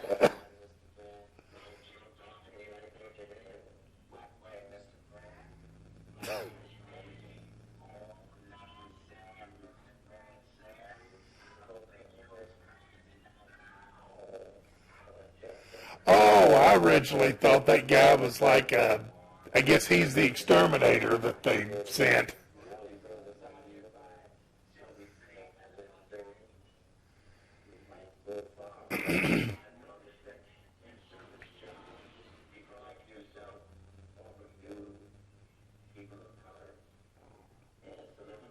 People of color.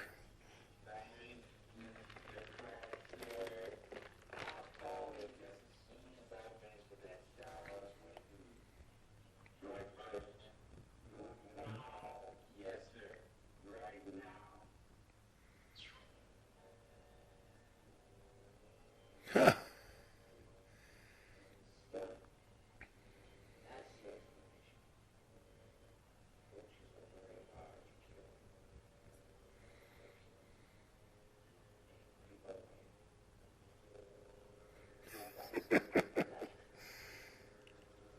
Now he's got an infestation.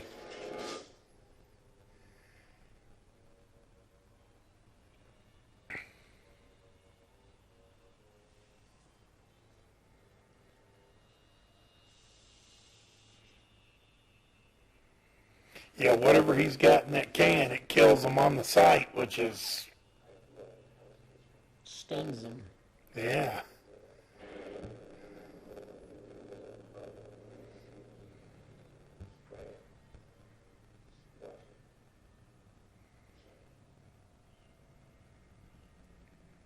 He's a germaphobe and he's got OCD, but he don't have a problem stepping on it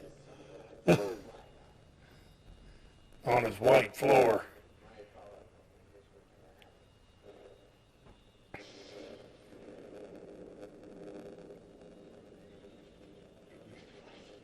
Uh-oh, Mr. Pratt.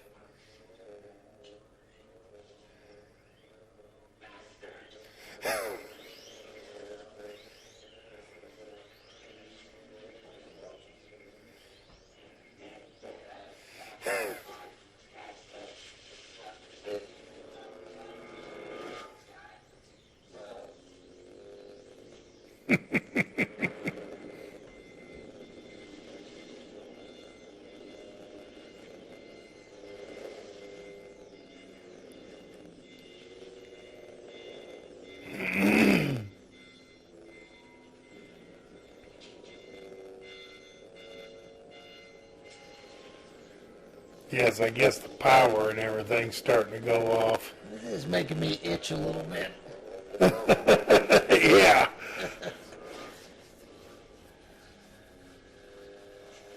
And the bugs.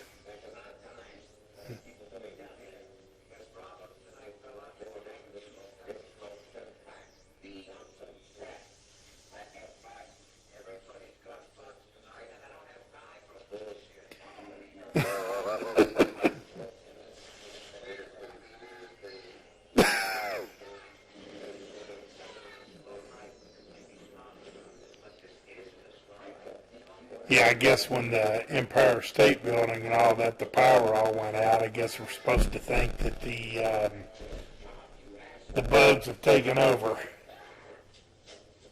Not just in here, but everywhere. You want to ask Epson, what's he going to do? Stomp the piss out of all of them? Yeah.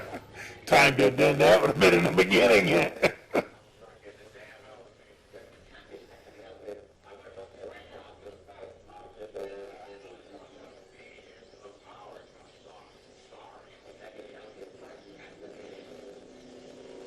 I love it. He's stuck in the elevator until the power gets on, and he's like, so how's he talking to him? Guess he could have one of them big bag phones. Oh, God.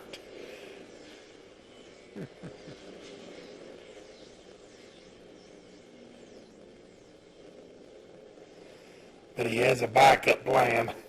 In a safe room, Yeah. hermetically sealed. I need to get me one of them. Yeah, really.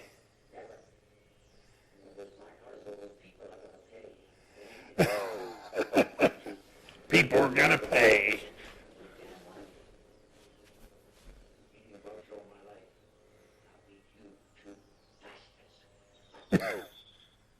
Bastards.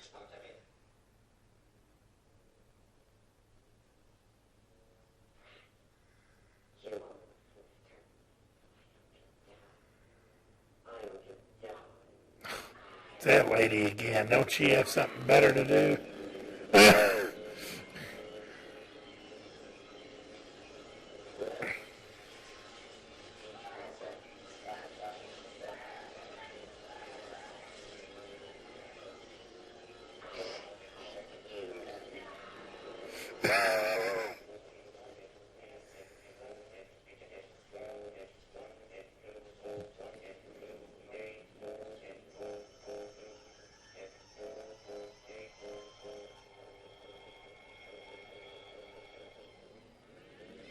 And get the power back on.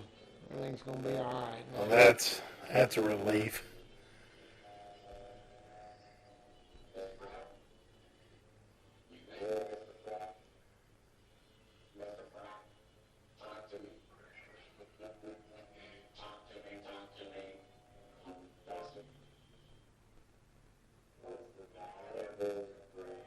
There we go.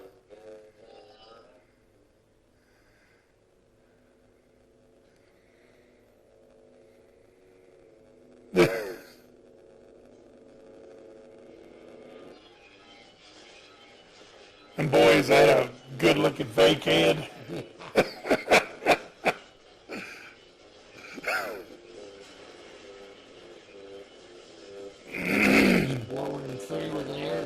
something, you know, then come out of that Yeah. prop. I like how they just kind of, when they came out, they just fell out in a big bunch. I mean, that is kind of, Making me itch, man. I'm Yeah. telling you.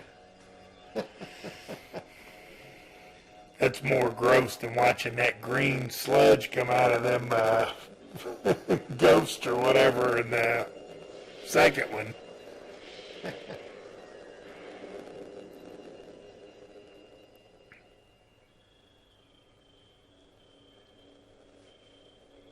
A couple notable garbage men right here.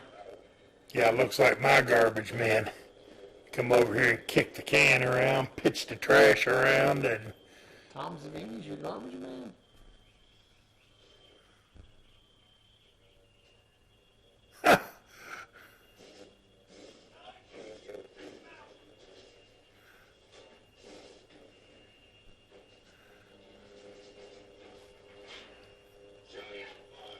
and that's how my cans used to get bent up a lot back in the day.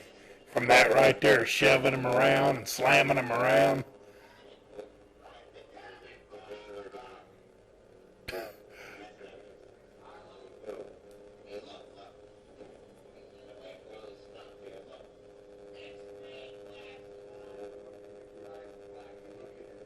X-ray glasses.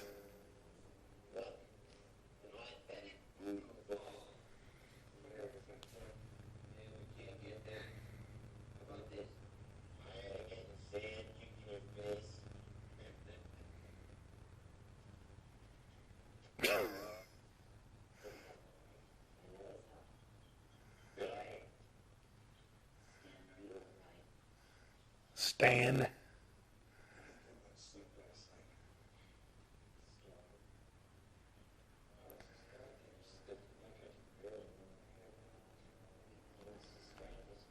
What was his name? Billy. Billy, get down here, buddy boy. Oh, it's the voodoo doll.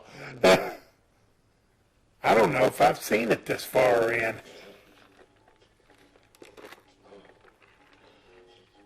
I'm sure I have, but it's been a long time. I don't remember this.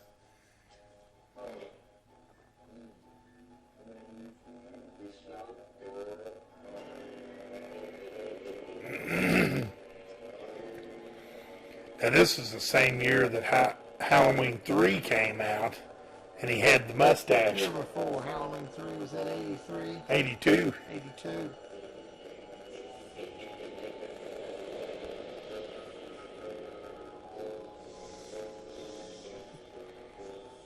And I was saying that Let's because, roll the cast. yeah, I was saying that because I haven't seen too many movies. I can't think of another one right offhand that he didn't have the mustache, the iconic.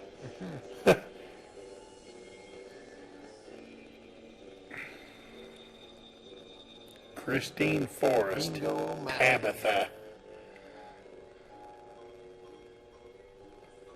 Garbage Man number 2 was Savini. You thought they'd made him Garbage Man number 1. Yeah, maybe he didn't get the promotion. Yeah. Cletus Anderson, special effects. George Romero was the editor in The Tide. No wonder that one was so good. That's my favorite one, and I like the bug one too, but I thought that exterminator, I thought that he antagonized him a little bit more there at the end than he did. It's been a while since I've seen it. Yeah.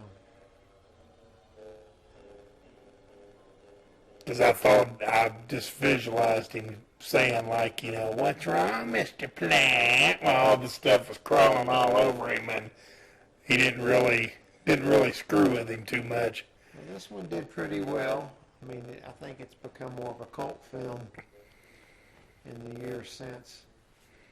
I guess it didn't quite do what they wanted to do to justify a bunch of sequels. Although they have done, I think, maybe 4 Creepshows where a couple of them were just like straight to videos, and Mm-hmm. they didn't have anything to do, when I say they, Romero, King, after this one. Well, I liked them. I mean, I've got the second one on DVD as well, and like you said, George Kennedy plays in one of them, and that's a good one. And I That's think the there's, chief, yeah, Indian chief. it's over the Indian chief or whatever, and I guess the unruly grandson that's got his long hair, and that's going to be his ticket and all that, and he just needs to steal some money to get to Hollywood. Yeah, Hollywood. And then I think there's one where they swim out to that. That's the raft. Yeah, Yeah, that's and that's a good one. I like that one. And you would think it would be kind of hard to. The old thanks for the ride, lady. Can't Yeah, do that thanks one. for the ride. Oh, that's a good one too. Yeah, the hitchhiker. Yeah, and she's like, what was her name? Because she keeps talking to herself, going, "Oh, well, that'll cost you a bundle, Mrs. Whatever." Yeah, that's another one that, I probably watched them back to back, but again, 10, 15 years ago. There's a lot of movies under the bridge since then. It's hard to remember stuff. Right. Yeah, in a lot of ways, I might like two overall more than one, because I don't care too much for the grass one, with Jordy. But the crate and the tide kind of puts it over the top. It makes me like this one more than the second one overall. Indeed. But, well, I guess that's the end of Creepshow from 1982. I was going to say 92. It's a little older than that. I guess you got anything? I guess we've said our ending things about it. I guess that's it. I guess thanks for coming in today, and hopefully we'll have you here again real soon to do another classic. Yeah, looking forward to it as always. Thank you, and we'll see you later. Thank you so much. You my music.